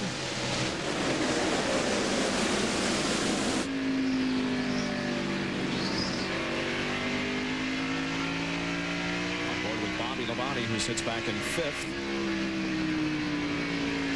Dave Blaney comes down pit road to get back out on the racetrack again. Just 1 car officially listed out of the race. That's the 91 of Todd Bodine. And Bill Weber has an update on the 20 car, who's in 9th spot. And Bob, as you guys pointed out, he did lose some positions during that last round of pit stops, and the reason for that is he took 2 spring rubbers out of the car. So they had to take the time to do that, and that's what cost them the position on the track, but they had to make the car better because they weren't content where they were. As for Dale Earnhardt Jr., he also lost several positions on pit road, but Tony Eury Jr. fessed up, missed a lug nut. That's what cost his driver time on pit road.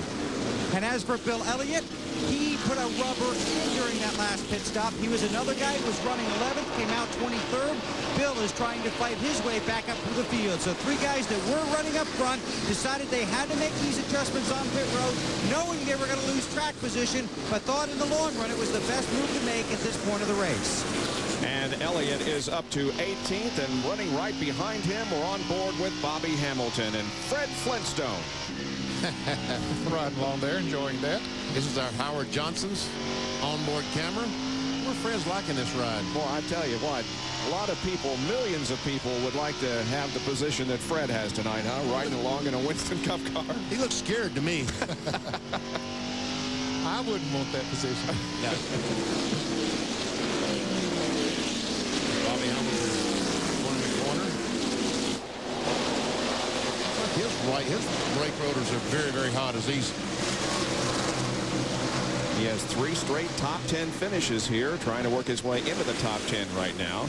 Here's 11th. Make that 10th, 11th, and 12th.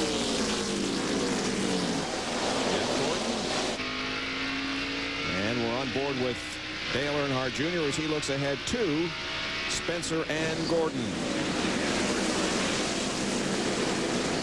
Now, Earnhardt Jr. lined up 14th on the restart.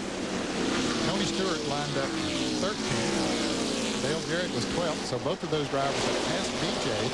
John, here Mark Martin's got a run. He's taking the lead for sure now.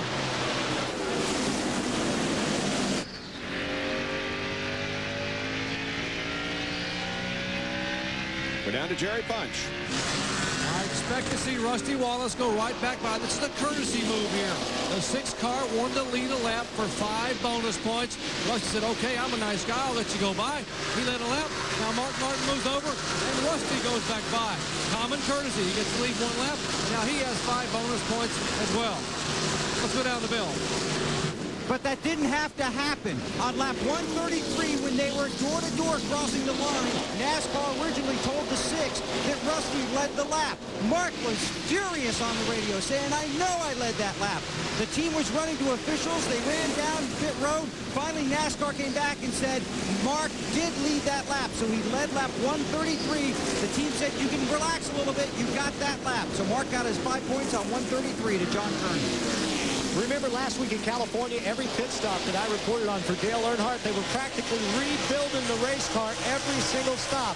That's not the case tonight. Earnhardt started back in 31st, but has moved his way up into the top 10 thanks to the way the car is running on the track and also thanks to the work of his crew in the pits. They've only made some slight air pressure adjustments, and that last pit stop, they did it in 15.5 seconds. The Flying Aces are back. Right now involved in a good battle for position. Up ahead is the 7th place car of Jeff Burton, and he is alongside the 6th place car of Tony Stewart. As 148 laps have been completed, Pennzoil Copter Cam showing you this battle. And there is the leader, Rusty Wallace, who has now stretched his advantage on Mark Martin to 0.6 of a second. We'll be back with more live coverage in just a moment of the Pontiac Excitement 400. I could see a shining star in my thoughts. You're never far. Little moments, light as air. Perfect days everywhere.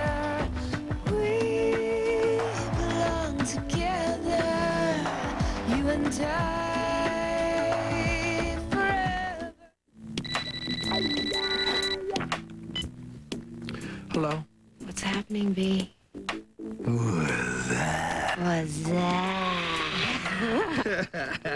Hold on, baby. Okay. Hello? What's that? What's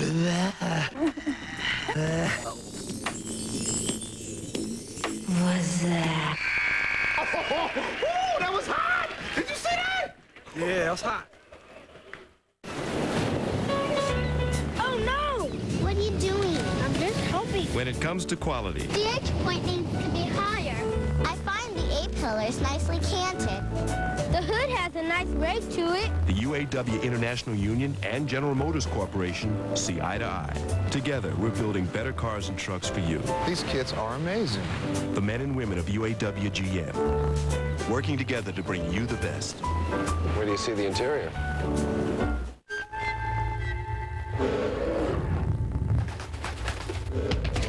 If you think all ATVs are created equal, you've never ridden a Yamaha. The new Kodiak 400 Automatic and Big Bear 400 from Yamaha. 'Cause out here, bears rule. Now, get low payments on every Yamaha ATV, starting at just $69 a month during Yamaha All-Terrain Value Days. Kick off your summer with the big sunny taste of Sonic's Bacon Patty Melt Toaster Sandwich with crisp bacon, sweet grilled onions, and smoked cheddar on thick Texas toast. Now with a large order of tater tots for just $2.99. Only at Sonic, your summer flavor place.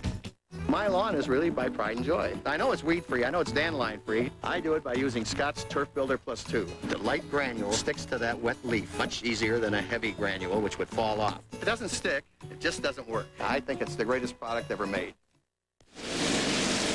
Bob Jenkins, Benny Parsons, Ned Jarrett, John Kernan, Bill Weber, and Dr. Jerry Punch back with you on a beautiful Saturday evening in Richmond, Virginia. It's the Pontiac Excitement 400. Second place now belongs to Mike Skinner, who was able to pass Mark Martin not too long ago as Rusty continues to lead.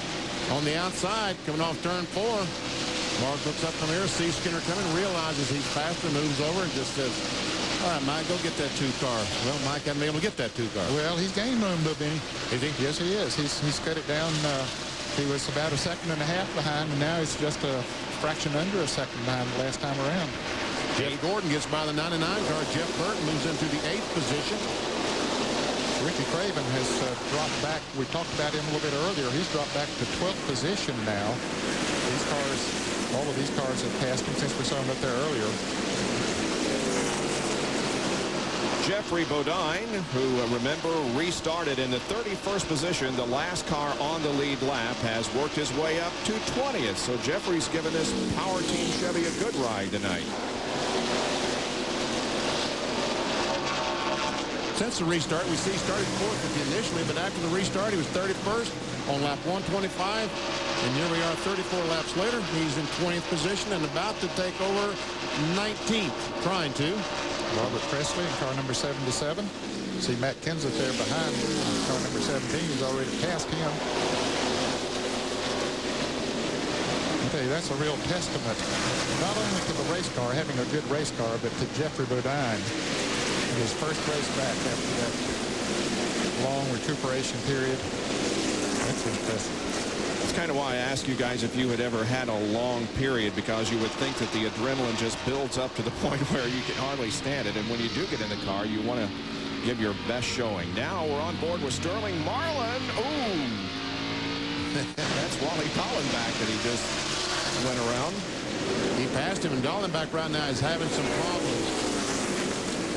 Oh, a little rubbing there as Michael Waltrip gets by. That's a lot of rubbing. Oops. Waltrip had all kinds of problems qualifying, and he also rubbed the wall earlier in the race tonight. Wally let him know he didn't appreciate that.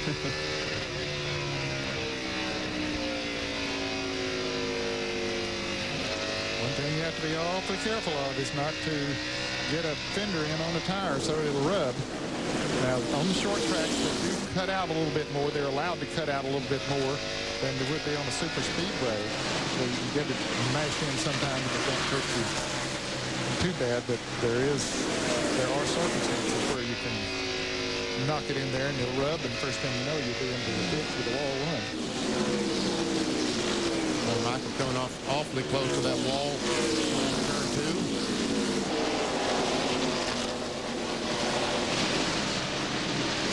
Michael has won here on this racetrack in a Busch race. Earlier tonight, told you how he got up into the wall. This is when it was.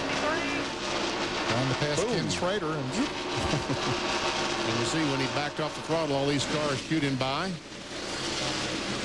But Michael is in 26th position right now.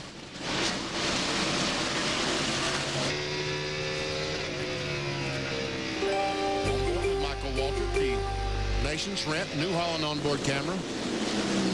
Jeffrey Bodine has been able to get around Bill Elliott, so move Jeffrey up to the 18th position. So now it becomes not so much the positions that he lost, but the time that he lost, because he is 13.5 seconds behind Rusty Wallace. Right there is Terry Labonte, who's running 17th.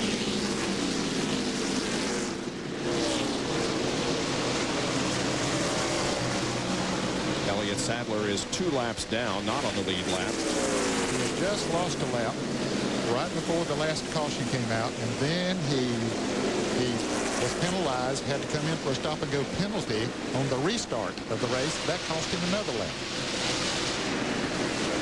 On that, Elliott Sadler has to watch his battle. Earnhardt up to 6th place now in the black number 3. Jeff Gordon in number 24, and Bobby Labonte in the green number 18. And there's Jeff Burton right behind them. Burton in the 9th position.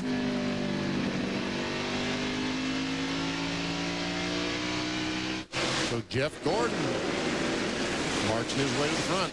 Meanwhile, snapshot on Dale Earnhardt. Started 31st and is now in 6th spot.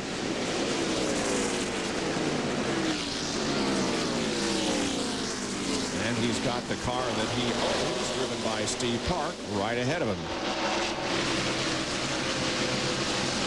And right in front of Steve Park is Jerry Nadeau, the Michael Holland. Oh, I'm sorry. That's Joe Nemechek. A lot of blue cars out here now. And that's one of them right there, the 33. And Jerry Nadeau's car is one.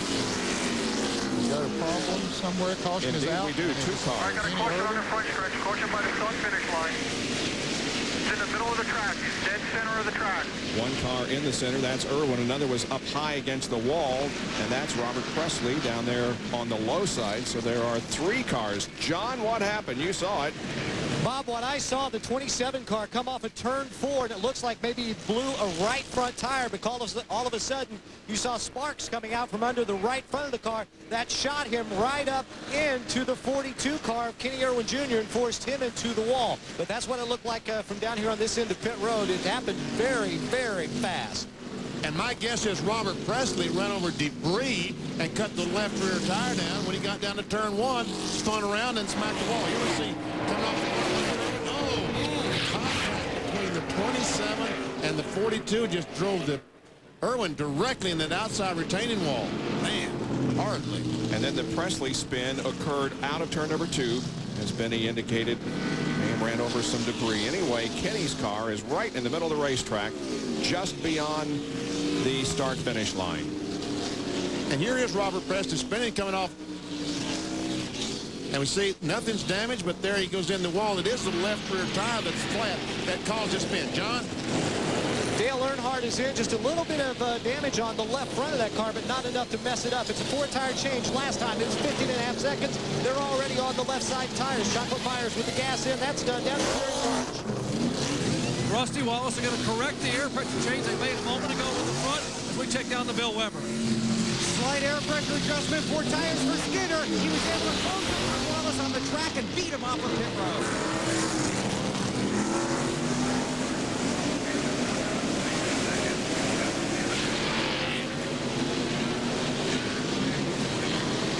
Bodine comes off there right by the 4 car. Looks like he's going to come out about the same place that he went into pit road. Now those not on the lead lap on the right of your screen coming down pit road. Our view is from the pace car.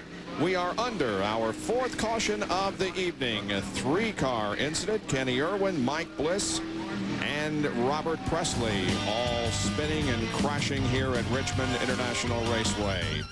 174 laps are completed in the Pontiac Excitement 400. We'll be right back.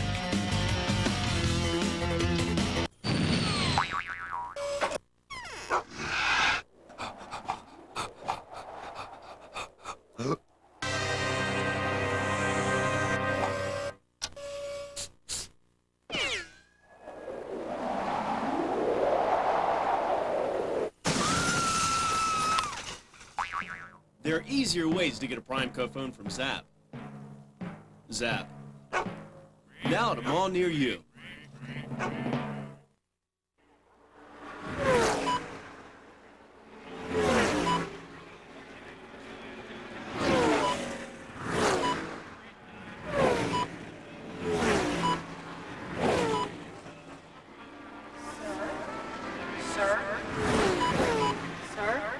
Sir. Cash check or charge? What? Well, I believe in the soul. The small of a woman's back, the hanging curveball, high fiber, good scotch. I believe that Lee Harvey Oswald acted alone. I believe there should be a constitutional amendment outlawing AstroTurf and the designated hitter. I believe in the sweet spot, and I believe in long, slow, deep, soft, wet kisses that last 3 days. Good night. Oh, my. Baseball tonight, every night at 10 or midnight on ESPN. Still under caution here at the Pontiac Excitement 400 for the NASCAR Winston Cup Series. The www.nascar.com website is where you go for all the news involving NASCAR's divisions. And, of course, the Garage Cam is operational at the Winston Cup Circuit. You can find out what's happening in the garage area. www.nascar.com.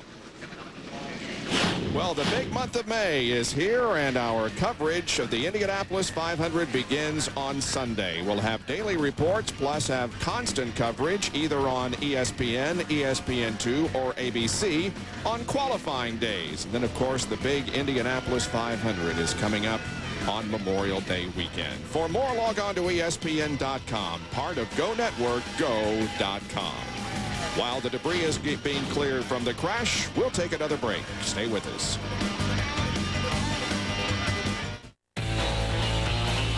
So that's 2 burgers and 2 shakes? Yeah. You wanted a shake, right? Velcro gaskets make any car feel high performance. So choose the gaskets NASCAR teams choose. Velcro. Listen up, moms. The way to make sure you get what you want for Mother's Day is to come to Big Kmart. Jacqueline Smith separates, tops, and shorts are all on sale. All American Tourister luggage is on sale, too. Get a GE Spacemaker 13-inch TV VCR combo, $179.99. And the Samsung microwave is a low, low $79.99. Mother's Day in Big K. You can't have one without the other.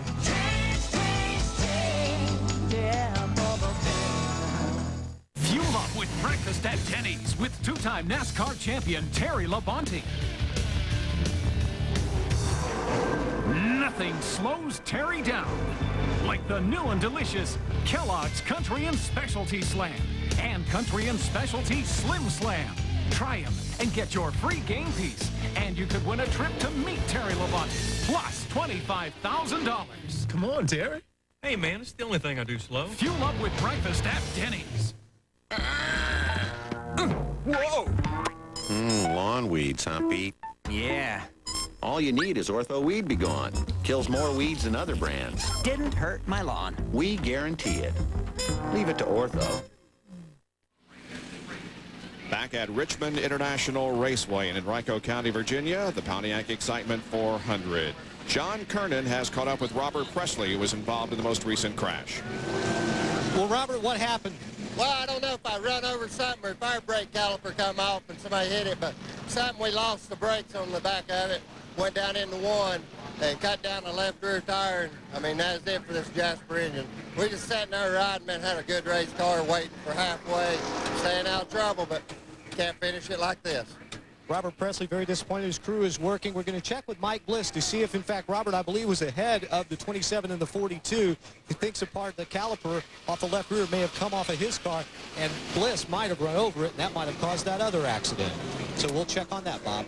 All right, while we have the opportunity, here's a NASCAR 2000 moment brought to you by Chase Authentics. We go down to pit road, and here is Dr. Jerry Punch. Bob, we often hear crews talking about buildup. That's the air pressure building up inside a tire when the air actually heats up inside the tire. Now, here at Richmond, buildup can be 12, 13, 14 pounds. And what happens is, as the air heats up inside the tire runs on the race car, the air begins to expand and adds more pressure. Now, what also happens is, if you put air in that tire from a normal air compressor, that compressor has moisture in it. The more moisture, the more buildup, because water expands faster than air. And that was a big concern for teams. Buildup would vary during a race. Well, teams have solved that problem by going to the hospital. Let us show you here that they have nitrogen compressed air. This is hospital nitrogen. This is actually a dry air. It has a filter inside this tank, and this is basically much, much drier than normal compressed air. Now they can fill up their tires with nitrogen and be able to control the buildup. The average buildup now at Richmond, about 6.5 to 8 pounds. Much more consistent on the race car simply by going to the hospital and getting a tank of nitrogen. Bill Weber?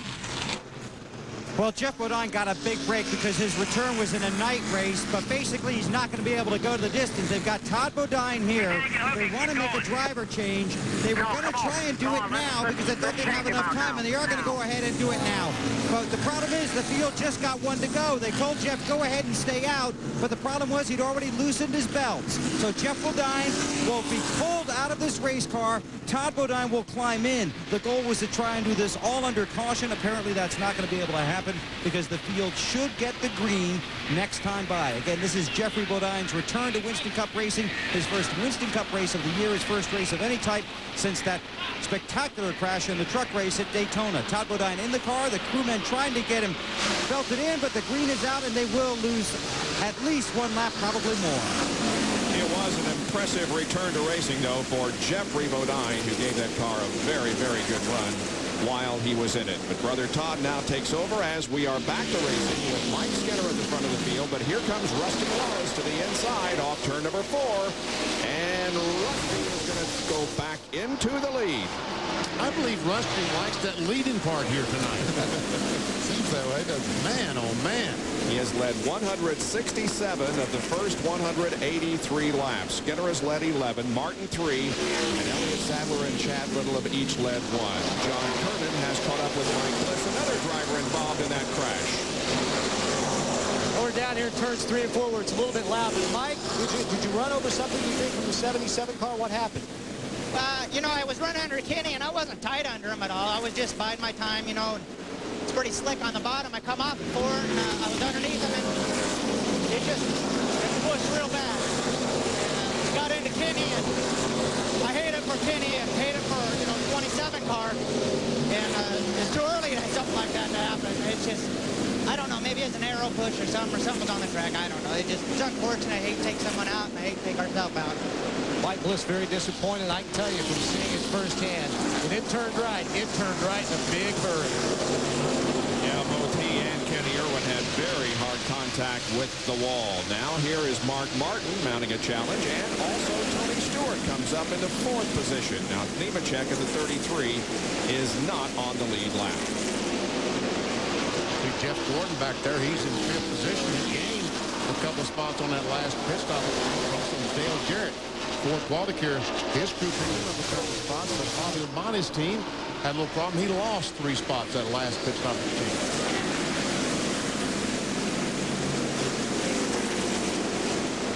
Dale Earnhardt finally got in front of his car, didn't he? Yeah. Mark 6th and Steve Park 7th. That is the one car, the Pennzoil car, driven by Steve Park. The owner is Dale Earnhardt. And here's a good battle between Dale Earnhardt Jr. and Dale Jarrett. And right there also is Jeff Burton. Battling for the 8th position. Earnhardt gets it. And Jarrett drops back to 9th. And now Burton, as you mentioned, he's right there. He's going to take that position away. Jarrett's car is not real good on brand new tires. After they run about 20 laps, he seems to come alive then.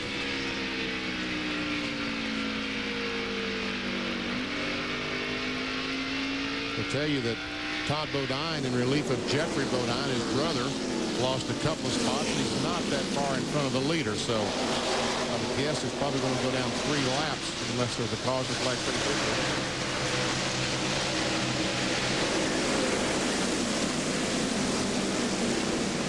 And Tony Stewart goes to 3rd position, passing Mark Martin. Stewart once again has a good car here at Richmond. And he's still running that bottom groove. Yep. You see most of these guys go up the middle of the top of the racetrack. Well, that time he tried. Well, he did go a very, very high entry in the corner.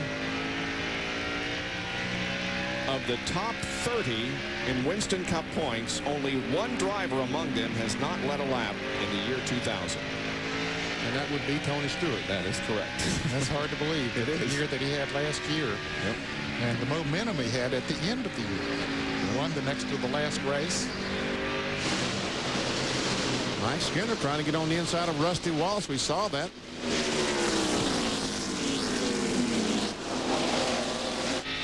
As these cars came off turn 2, but they come off 4. Rusty still has that 4 or 5 car length advantage. Once again, some Jimmy Dean telemetry on Rusty Wallace's car.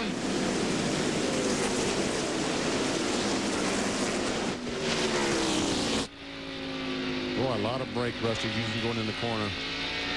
Down to about 95. Let's see what kind of mile per hour he'll turn. Better action out here on the racetrack. There is Dale Earnhardt Jr. passing the one car of Steve Park. Teammate. Yep. Yeah, he's going to go up and take a look at his dad there. Yeah, this is going to be interesting. I guess that during practice today that Junior ran in the back of his dad.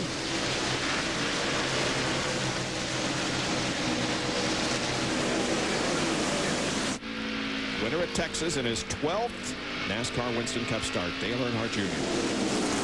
But he started, Bob. Looks like someone has run in the back of the 3 car already. Looks like the rear bumper is flopping around a little bit.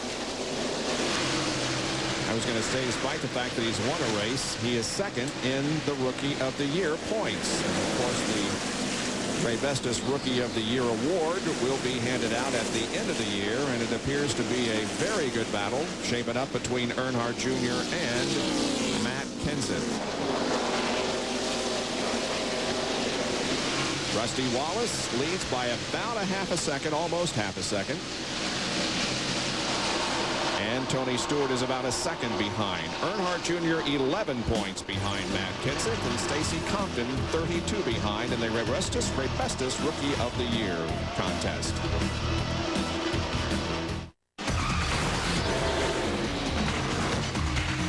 Make your move, Tony. Got it, Joe. You know, at times like these, I'm glad I'm driving the Wide Track Grand Prix. With handling like this and this, I can really turn a race around. On the way to the winner's circle, wider is better. The Wide Track Grand Prix by Pontiac. Painting the house, boys. Need one of you to help. Have you? I'll tell you what, Kev. How about you help Dad paint the house this time? And I'll paint it every time after. Really? All right, dude. Behr Premium Plus comes with a lifetime guarantee. So once you're done painting, you're done painting. Sucker. Behr Premium Plus. Buy it at the Home Depot.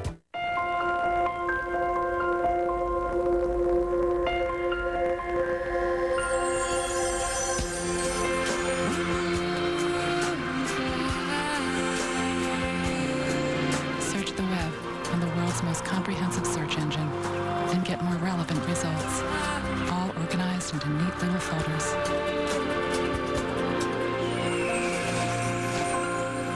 Northernlight.com, just what you've been searching for. I love you. Good night.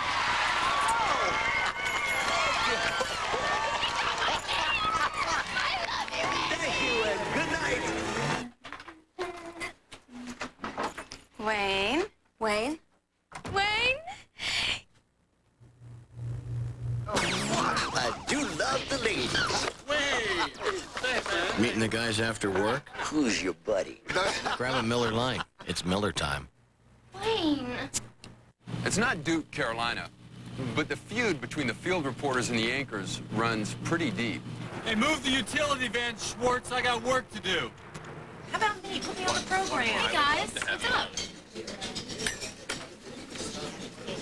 Why don't you go work on another story we're not going to air? With them, you got to watch your back. Watch it, Bureau boy.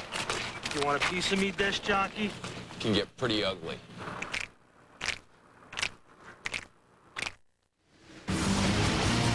ESPN's live coverage of the Pontiac Excitement 400 from Richmond International Raceway, being brought to you by Big Kmart, changing for the better.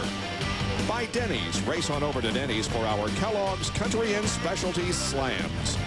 And by Roundup. Roundup kills weeds down to the root. Roundup, no root, no weed, no problem. Just past the halfway mark here with 205 laps now completed, and Terry Labonte's car is up against the wall. No caution, remains out, and Tony Stewart, you saw there in that previous shot, has moved to second position, passing Mike Skinner. And Labonte gets the car going once again, running back at about the, well, he was in the 18th position, and he's going to fall back now to the 24th spot. Let's see, there we see going in the corner. Is there contact? Yes, some contact between Ward Burton, the 22 car, and Terry Labonte. And Terry does a great job to save the car, drifts up against the outside wall. I don't think he ever touched it, man. I don't believe he did either. But boy, did he come close. Let's see if we can see any damage on the right side. Doesn't look like it. And there is Tony Stewart, who closes it now on Rusty Wallace. Wants to lead his first lap of the year 2000. He led 17 events in 1999, a total of 1,223 laps, but he hasn't led one in the year 2000. Let's see if he is able to break that streak. Man, did you see him turn left, nail the gas, and drive it beside of Rusty Wallace? Well, here they come off the fourth corner. Is he going to lead the lap? I believe he did, by about a fender. Well, the scoring computer says he did. By 2/100ths of a second. So for the first time in the year 2000, Tony Stewart leads a race. And the spotter would say clear. Yes. Now we'll see if he can drive away from Rusty.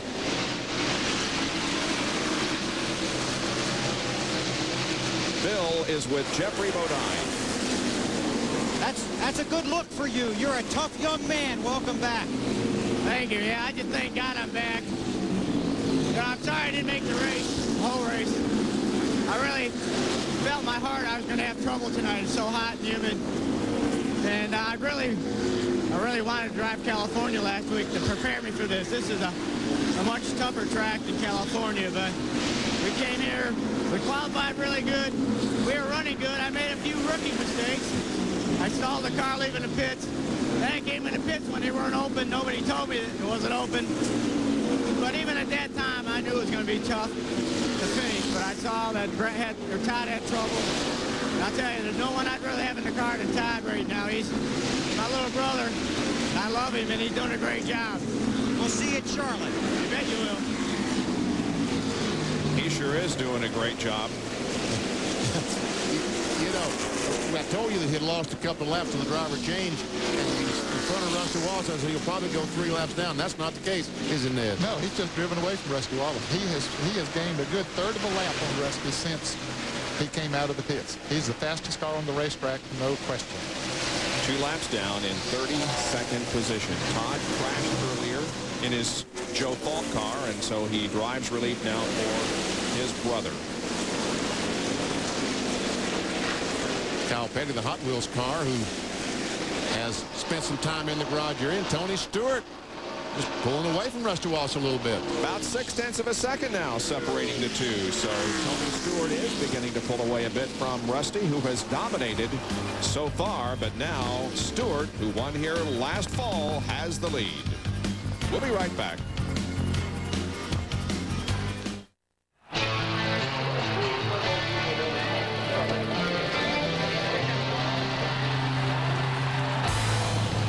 They go like 200 miles an hour. Have you ever gone that fast, Dad? No, but I sure would like to. Okay, but if we're going to go that fast, I'm going to drive. Let's go. Grab an ice cold Coke, and you could win a trip to the Coca-Cola Racing Family Reunion, including race tickets, pit passes, and a chance to ride with a Racing Family driver. Only from Coca-Cola. Enjoy. There's a place, my friends, where toppings know no boundaries, where an outer crust is out of the question. It's a place called The Edge. It's back at Pizza Hut. The Edge Pizza is toppings on top of toppings on a crispy, thin pizza with no outer crust to fence them in. And lots of cheese keeping it all together. Take your taste buds on a grand tour with the Works recipe or create your own. But hurry, The Edge won't be around much longer. So go to The Edge, my pizza brethren. It's a place you will not soon forget. The Edge Pizza, another one of the best pizzas under one roof. Indy winners demand great performance, but so do you.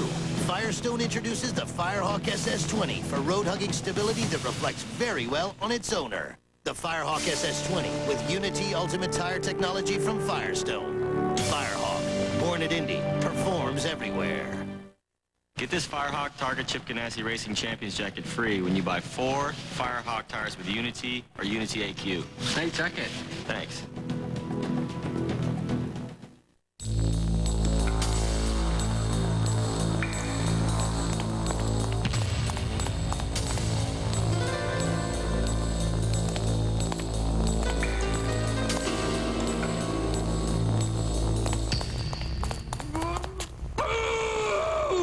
With Quikrete, there's nothing to be afraid of. Quikrete takes the fear out of working with concrete. Kawasaki brings you a classic story of 3 bikes and the offers that go with them. Starring the Vulcan 1500 Classic and the Vulcan 800 Classic. And in the role of its career, the fuel-injected Vulcan 1500 Drifter. The all-star cast includes up to $500 in free accessories, or payments as low as $106 per month, or 000 for 6 months. The Vulcan Cruiser from Kawasaki, a classic that will move you. Now playing at your Kawasaki dealer. It was September 11th, 1999. The 1997 Indy Racing Northern Lights Series champion, a rookie in the NASCAR Winston Cup Division, wins here at Richmond International Raceway, takes his first NASCAR Winston Cup victory. And he returns to that same track in May of the year 2000, and he has an 0.8 of a second lead on Rusty Wallace. I bet there's one thing he won't do if he does win tonight. Jump on the top of the car. I bet he won't jump on top of the roof. Now, he was running on the bottom of the racetrack, and I find it interesting. Once he got the car in front, he moved up on top of the racetrack where everyone else has been running. There is Rusty, who has led the most laps so far. Now he begins to fall within the clutches of the 31 car of Mike Skinner. He is, of course, third, about a 1.5 seconds behind Tony Stewart. Here's the 4th place car of Mark Martin, who has led 3 laps so far. Jeff Gordon has not led a lap tonight, but he is in the 5th position. Dale Earnhardt is next to Goodwrench Chevrolet. Running in 6th, we see Scott Pruitt, the Tide car, on the inside. He's back in 33rd spot, 4 laps down. And there comes another Dale Earnhardt, Jr., Budweiser Chevrolet. He's running in 7th position. And then there is Jeff Burton in the Exide Ford. He is in the 8th position, 7 seconds behind the leader. Steve Park, the Pennzoil Chevrolet goes by. We see Dale Jarrett come by. The Ford Quality Care car, who's back in the 10th position, followed closely by Ricky Rudd in 11th. And then comes Bobby Labonte. He is in the 12th position. And we go down to Bill Weber on pit road. And just to follow up on Bobby Labonte, his last pit stop did take a little longer. He did sacrifice track position, but he did the exact same thing his teammate Tony Stewart did on the previous pit stop. Took rubbers out of the right rear and left rear springs. Now, it obviously hasn't worked as well for the 18 as it has for the 20. Bobby needs the track to tighten up and come to him a little bit. He's still chattering the tires somewhat, but so far the track has not come to him. They're hoping with almost half the race to go that does happen. But teammates using and sharing their knowledge. Bobby Labonte started 9th, fell to as low as 13th. He has been as high as 5th, and he is currently now 12th, and he will celebrate his 36th birthday on Monday. And speaking of birthdays, the camera shot right there. Yes. Was from our camera location in the inside of turn 3. Dean Kaminsky celebrated his birthday today. Should I say how old he is? No. Okay. Dean, happy birthday. Yes. We'll keep it a secret. Jimmy Spencer in the car number 26. He is in the 13th position. And once again, we'll cut to Dean's camera. There you go. Even on his birthday, he's working, giving us great shots. Working hard, knowing right when to drop back to the 14th place car, John Andretti.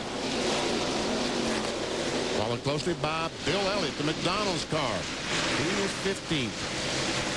He is 16 and a half seconds behind the leader. There's Ricky Craven, who is running in 16th position. He's had a good run, but now falls back to the middle of the pack. And right behind him was the 16 car in 17th place of Kevin LePage, and that is battle going on behind them. It's his 20th, 21st, and 22nd. And Chad Little's in there. He's 23rd.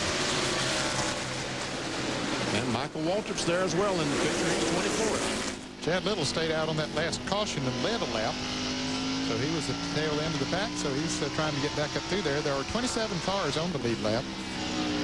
Matt Kenseth is coming off his best career finish at California last weekend. He finished in 3rd spot and led 120 laps.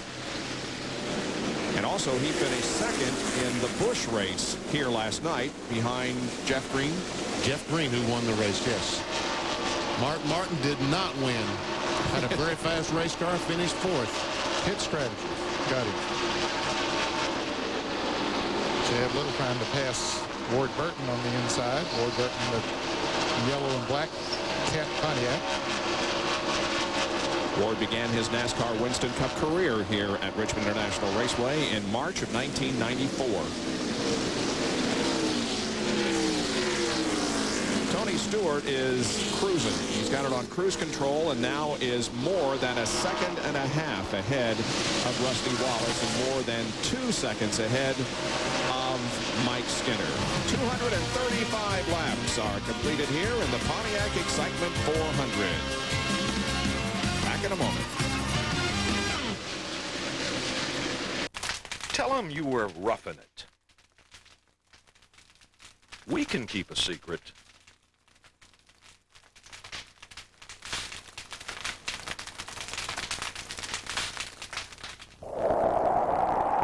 It's lonely at the top.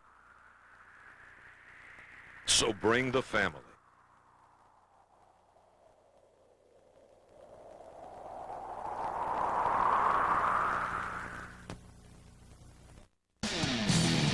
Get Rockford Fosgate Punch Woofers. Put the soul, the bass, no, the explosive soul in your car stereo. Punch Woofers, not for the weak. Punch Woofers are on sale now. Drop a pair in your ride this weekend. Punch Woofers, it's like getting a free hand grenade. Now, get in here and buy one. Discount Auto Sound. Buy where the winners buy. So you're locked out of your car. Is that the Stanley Cup? Yeah. Oh, man. The Stanley Cup playoffs on ABC Sunday. Tomorrow, the road trip rolls on to Tinseltown, where Jeff Bagwell and the power-packed Astros look to light it up against Gary Sheffield and the Dodgers. The ultimate road trip hits Los Angeles. Astros, Dodgers, tomorrow at 8 on ESPN. And as you rejoin us, the caution is out here at Richmond. The 5th time this evening. It's Ricky Craven who spun and hit the wall in turn number 2. Here it is. Just a very lazy spin. I don't know. And there is some contact, not a lot, but some contact with that outside retaining wall. This comes on lap 239. Craven trying to get that car headed back in the right direction. And we see all the tires are up. Now, all these cars, they're just going to boil down to what we talked about at the very top of the show. Execution in the pits. That's right. And right now, their challenge comes for those crew members. Let's go down to John Kernan. Dale Earnhardt hits his mark perfectly. It'll be a 4-tire change. He just noticed crew chief Kevin Hamlin. I don't want any changes on the car. Very happy. Already done with the right sides around to the left side. You can see sparks flying off the lug nuts. Back to Jerry Fox. Rusty Wallace, major changes. 1 round to wedge out the track bar down a 1/4 round. Air pressure change, both front tires. Biggest change tonight for Rusty Wallace. Let's go down the bell. Second straight stop for Tony Stewart. 4 tires, no changes. Rusty beats him off pit road. Then the 20, the 24, and the 3, and lots of traffic down there. Lots of traffic. But you're right, Rusty Wallace is going to win the race off pit road and regain the lead. A 16-second pit stop for Rusty Wallace. Dale Jarrett, they had a problem with the right rear on his car, and his pit stop was 23.5 seconds. Whoa. Dale was running 7th when the caution came out.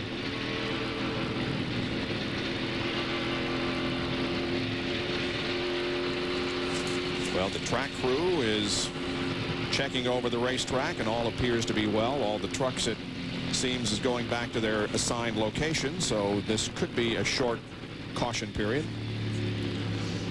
We'll take you inside a pit stop now. The crew cam on the 7 team. The Jackman, Britt Goodrich. Jack goes under, goes up. And you see those guys quickly jerk those tires off. We see all the damage that Michael has on his Nation's Rent car. Britt lets the car down, goes around the left side. 1 pump, 2 pumps, it's up. Tires come off. All right, he got to make sure that tire doesn't hit the jack, knock it down. He watches, lets the jack down, and away he goes. And folks, that's 4 tires and fuel. Doesn't take long. Down to John Kernan. Sterling Marlin on pit road. They had the hood up, changing the power steering pump. Remember a few years ago, Mark Martin drove almost the entire race without power steering, how whipped he was. Sterling couldn't hardly get the wheel to turn, so they're underneath changing a power steering pump upstairs. Caution out with Rusty Wallace back in front of the Pontiac Excitement 400. Stay with us. We'll be back in a moment. Alrighty. Before we go on, I want to review last week's service. So let's go to tape. Nice, tight formation. Oh, sloppy pass, Michael. Very nice. Oops, it's all in the wrists. You break away too early. And pick up the pace of the left flank and into the end zone.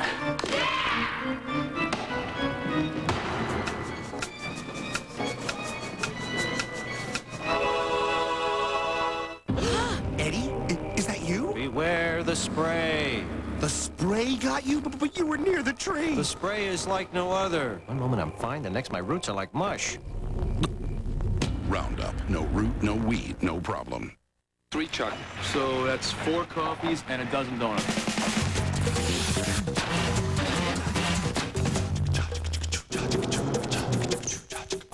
Guys? Drywallers are working at a whole new speed. They're using new easy-scoring, clean-snapping USG sheetrock brand wallboard and installing faster than ever. Slow. Guys? The next generation of wallboard is here. Hey, it's about time. Now run get us some lunch. We need 4 hoagies, sodas, bag of chips.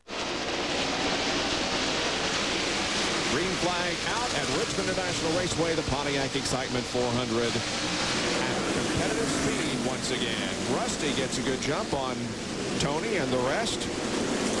And now at least one car is going to slide up between first and second, that being Elliott Sadler. He's 2 laps down, trying to get one goal back.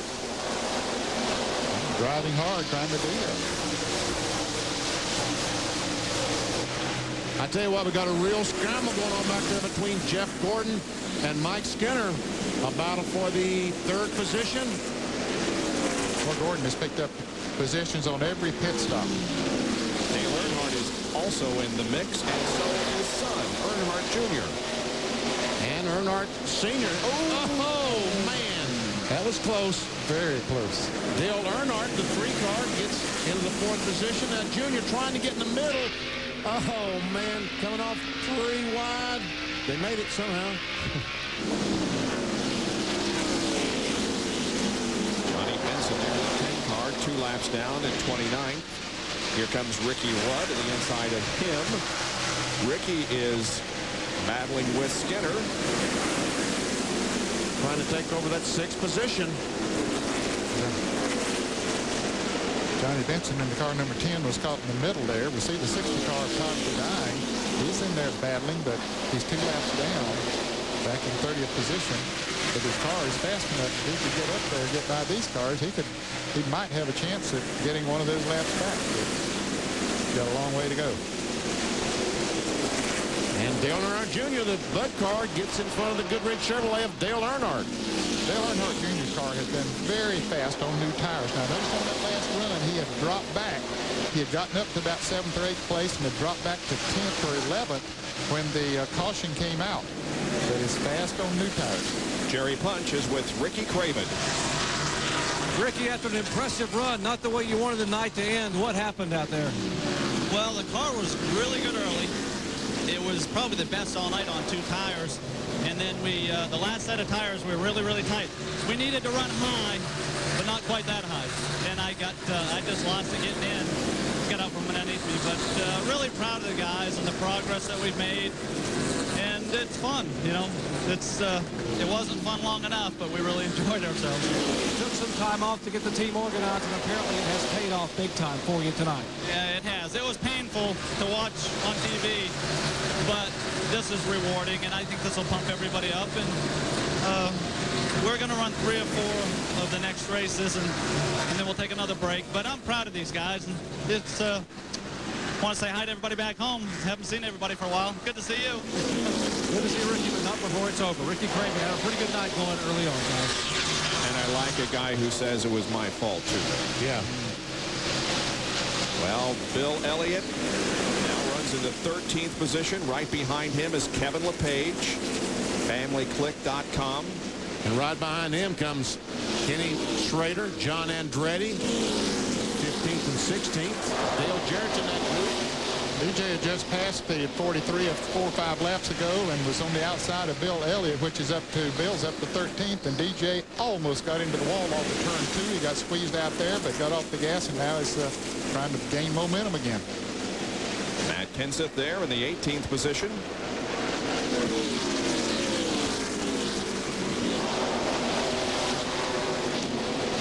Here is Ricky Rudd and Dale Earnhardt contesting the 5th spot. You see Jeff Gordon's been able to get by. Or was he in front before? I guess he was in front before. Yeah, he was in Earnhardt before. John Kernan has more on Dale Earnhardt running 5th. Just before Dale Jr. passed his father, Dale Sr., Dale Sr. radioed in and told his crew chief Kevin Hamlin that the car was just a little bit too tight. Kevin Hamlin said 10-4, so Earnhardt trying to ride it out right now. He seemed to run pretty well on long runs, so maybe the car will loosen up a little bit once some more heat and wear and build a air pressure buildup gets into the tires. But it looked like that time to me, did he come close to hitting the wall on turn 4? Came awfully close, John, but I don't think he hit it. The 99 car of Jeff Burton, the Excite car on the outside of Bobby Labonte. It's a battle for the 8th position. Martin Martin, who was up in the 3rd spot, falling back to 10th. I guess he must have had a bad pit stop that last time. When I say a bad pit stop, all we're talking about is a second or so. Going from 3rd back to 10th. There's Mark Martin back in 10th position. So Mike Skinner, there's Skinner on the inside of Dale Earnhardt. Earnhardt got by him a little bit ago, and he almost got together off turn 4. Teammates running side by side through the first corner. And Bobby Labonte looks like he might make it 3, huh? I don't think Labonte's going to do that. No, he's the points leader. He said that wouldn't be smart. That is a good point, Ned. If he was 6th in the points, he might, but not as a points leader. And Nemechek, the Oakwood Homes car, in the middle of all that, he's a lap down. 26th position. 25 cars still on the lead lap. And 3 cars out of the race. Mike Bliss, Kenny Irwin, and Todd Bodine, all 3 from Crafton, now make the Ricky Craven car also out of the race. So 4 are on the sidelines. Everybody else still running.